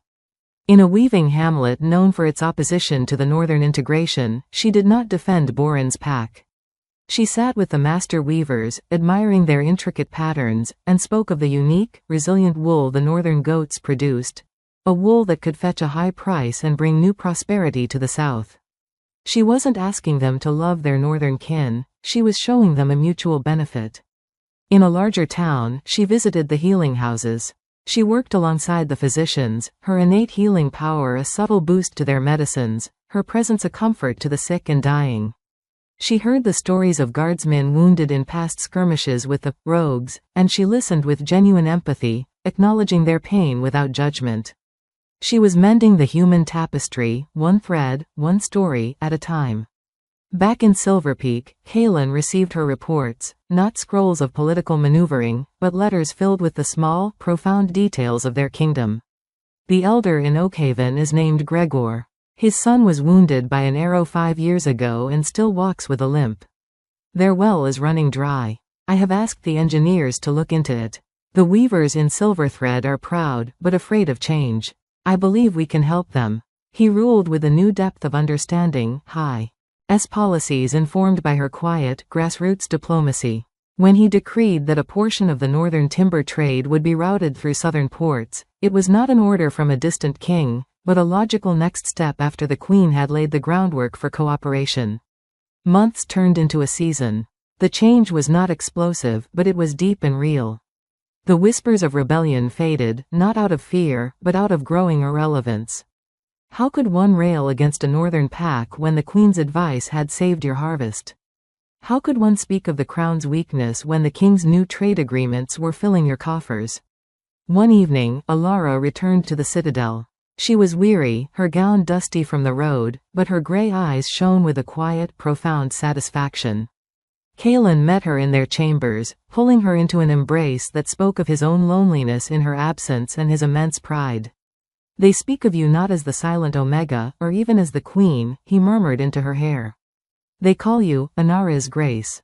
The people's blessing." Alara leaned into him, drawing strength from his solid presence. "I am not doing anything grand, Kaylin. I am only listening. I am only reminding them that the crown serves the people, not the other way around." "That," he said, pulling back to look into her eyes, "is the grandest thing a ruler can do. I wield the sword to protect the borders, my love. But you are healing the soul of the kingdom itself. You are making it whole." They stood together on their balcony, looking out over the kingdom that was slowly, surely, knitting itself back together. The northern lights danced on the horizon, a silent, brilliant ballet. Down in the city, the lights of the homes and taverns glittered like a field of steadfast stars. There were still challenges ahead. There always would be. But the foundation was now solid. It was not built solely on the fear of a king's wrath, but on the gratitude for a queen's compassion. The patient gardener was seeing the first green shoots of a lasting peace break through the hardened soil, and in that quiet triumph, the future of Æthelgard looked brighter than it ever had before. Chapter 13. The shadow from the sea. The peace that had settled over Æthelgard was like the first, fragile ice on an autumn pond, beautiful, serene, but deceptively thin. For a full turning of the seasons, the kingdom had known a tranquility it had not experienced in generations. The harvests were abundant, the trade routes buzzed with activity, and the memory of the great choosing and the subsequent rebellion had begun to fade into legend. The partnership of the sword and the shield was no longer a novelty but a beloved certainty, the bedrock upon which the realm's prosperity was built. Alara's days were now filled with the steady, rewarding work of peacetime. She walked the royal gardens, not as an escape, but as a steward, her touch encouraging blossoms of impossible size and fragrance. She held weekly audiences not in the grand throne room, but in a sunlit courtyard, where any citizen, from the lowest farmer to the highest merchant, could come and speak their mind. She listened to disputes over land, offered comfort to the grieving, and celebrated the joys of her people. Her voice, once lost to terror, was now the gentle, unwavering heartbeat of the capital. Kaelin, in turn, ruled with a confidence that was no longer just about strength, but about wisdom. His council was diverse, now including not just southern lords, but representatives from the northern territories, with Borin himself often present, his gruff counsel proving invaluable. The Frostwood King was no longer a solitary peak, but the central mountain in a mighty, interconnected range. It was on one such idyllic afternoon, with Alara reviewing plans for a new public healing house and Kaelin in deep discussion with Borin about improving the northern mountain passes, that the peace was shattered. The messenger did not arrive on horseback. He stumbled into the citadel's outer courtyard on foot, his clothes torn and salted stiff, his skin burned by sun and wind. He collapsed before the guards, clutching a piece of tattered, oilskin cloth. His words, gasped out between ragged breaths, sent a shockwave of cold dread through the entire castle. The Western Reach, he choked, his eyes wide with a horror that was still fresh. Gone, it's all gone. Rorik was summoned, and the man, revived with water and a healer's draught, told his tale. He was a fisherman from a coastal village in the Western Reach, a remote but prosperous cluster of settlements known for their hardy, seafaring people. They came with the fog, the fisherman whispered, his hands trembling so violently he could barely hold his cup. Ships, but not like any I've ever seen. Black sails, silent as ghosts. They didn't raid for supplies. They harvested. They took people. Men, women, children. They overwhelmed the village guards with a strange magic, a darkness that snuffed out the will to fight. I only escaped because my boat was already at sea, hunting the dawn catch. I saw the black smoke rising from the shore. I heard the screams. He looked up, his eyes locking onto Kaelin's.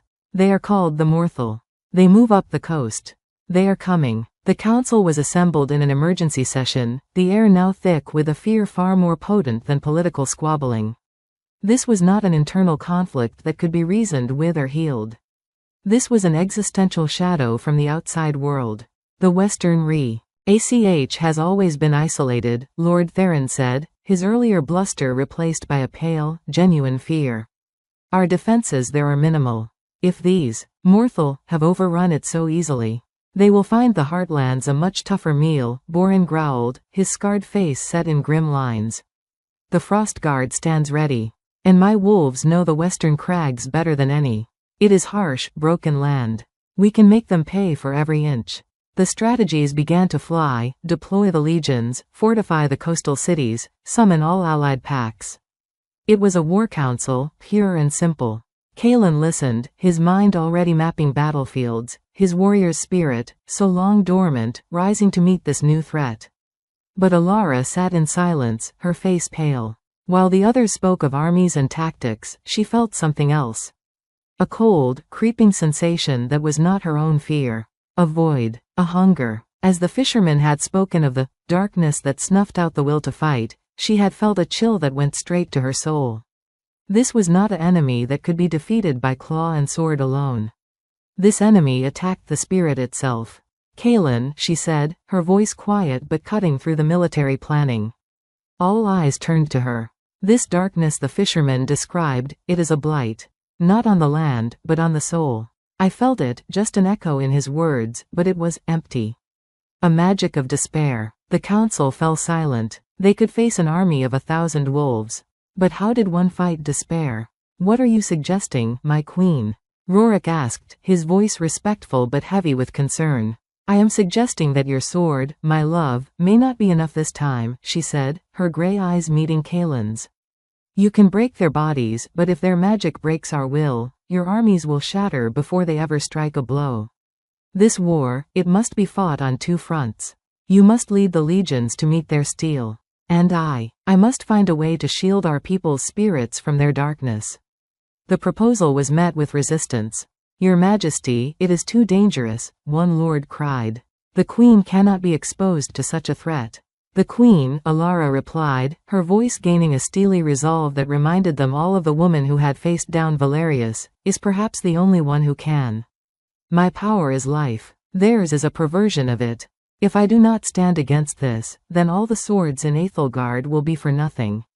Kaelin looked at his wife, his heart a battlefield of a king's protective instinct and a ruler's grim necessity. He saw the truth in her words. This was a new kind of war. And it required both of their strengths, pushed to the very limit. The queen is right, Kaelin declared, his voice final. Rorik, you will begin the mobilization. Borin, your wolves will be our scouts and vanguard. We march for the western marches in 3 days' time. He then turned to Alara, his gaze intense. And you, my shield, will do what only you can. But you will not go unprotected. A full contingent of the royal guard will be with you, and Lyanna will not leave your side. The plans were set. The idyllic peace was over. As the citadel erupted into the controlled chaos of preparation, the ring of hammers on steel, the shouted orders, the drumming of urgent hoofbeats, Kaelin and Alara stood once more on their balcony. The wind had shifted, carrying a new, faint scent from the west. It was the smell of salt, yes, but also of ash, and something else, something cold and ancient and utterly alien. The shadow from the sea was coming. And the sword and the shield would meet it, not just as rulers, but as the last, best hope for the light of their world.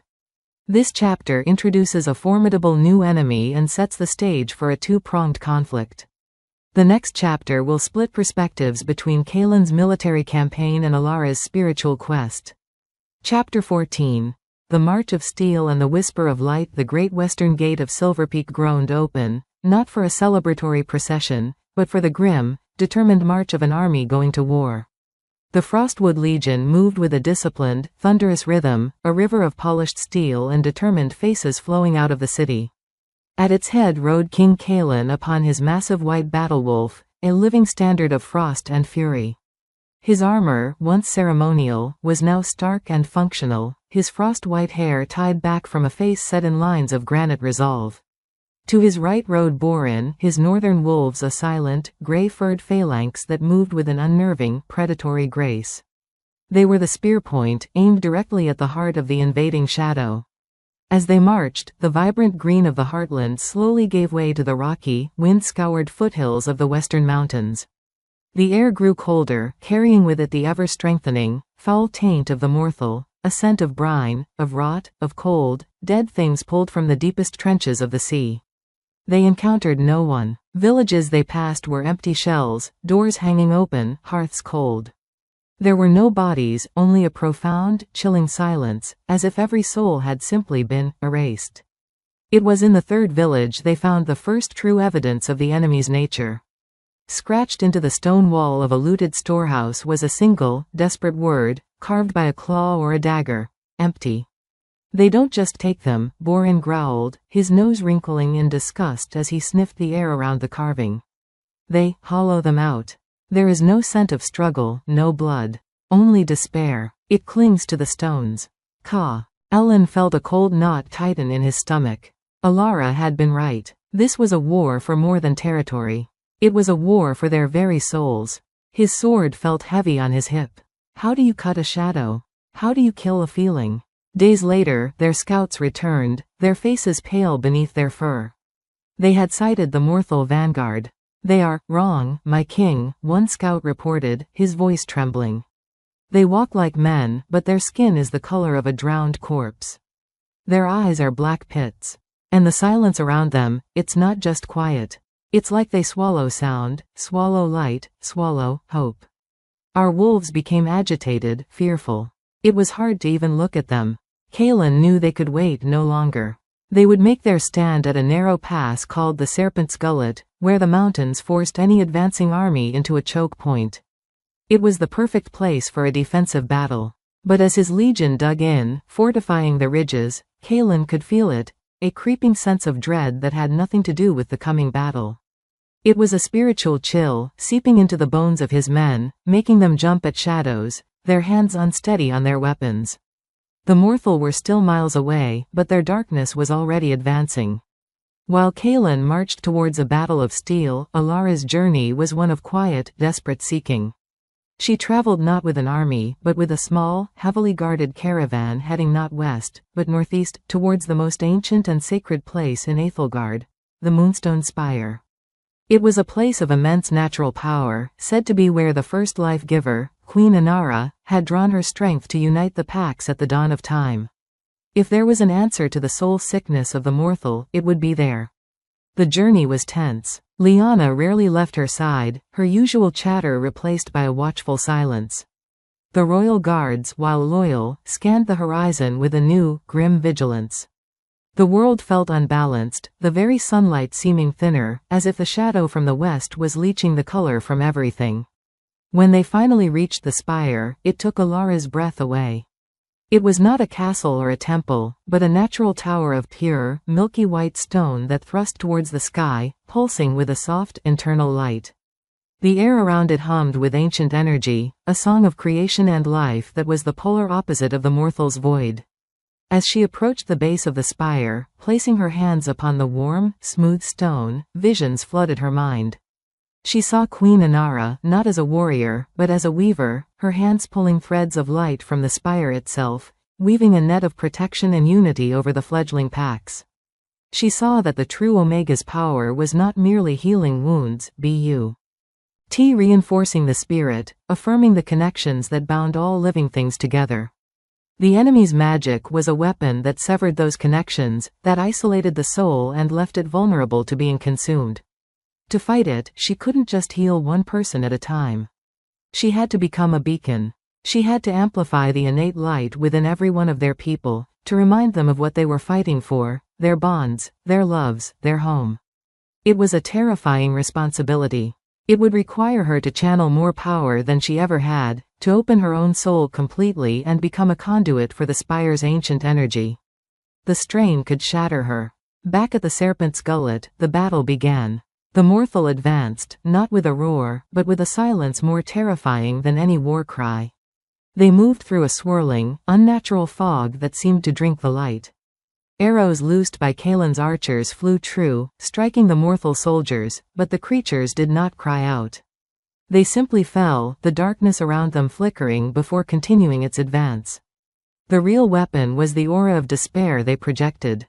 Kaelin saw his soldiers' resolve waver, their movements growing sluggish, their eyes losing focus. The will to fight was draining away before a single sword had been crossed. "Hold the line," Kaelin roared, his own alpha power flaring, a golden light pushing back against the oppressive gloom. It was a small pocket of defiance, but it was enough for his immediate guard. He knew it wouldn't hold for long. They were losing, not to steel, but to sorrow. It was in that moment of looming defeat that a new sound pierced the oppressive silence. It was not a horn, not a battle cry. It was a voice. It was Alara's voice. Hundreds of miles away, standing at the peak of the Moonstone Spire, Alara had begun to sing.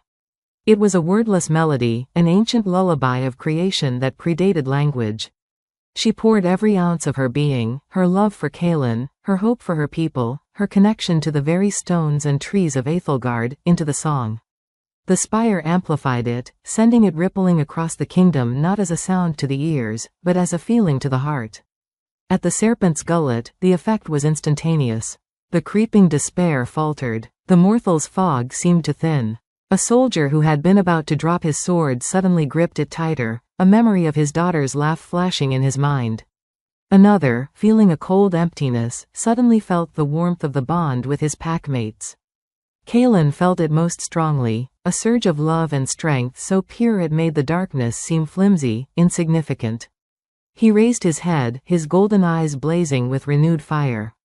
He looked at his soldiers and saw the light returning to their eyes. For the queen, he bellowed, his voice now a clarion call of certainty.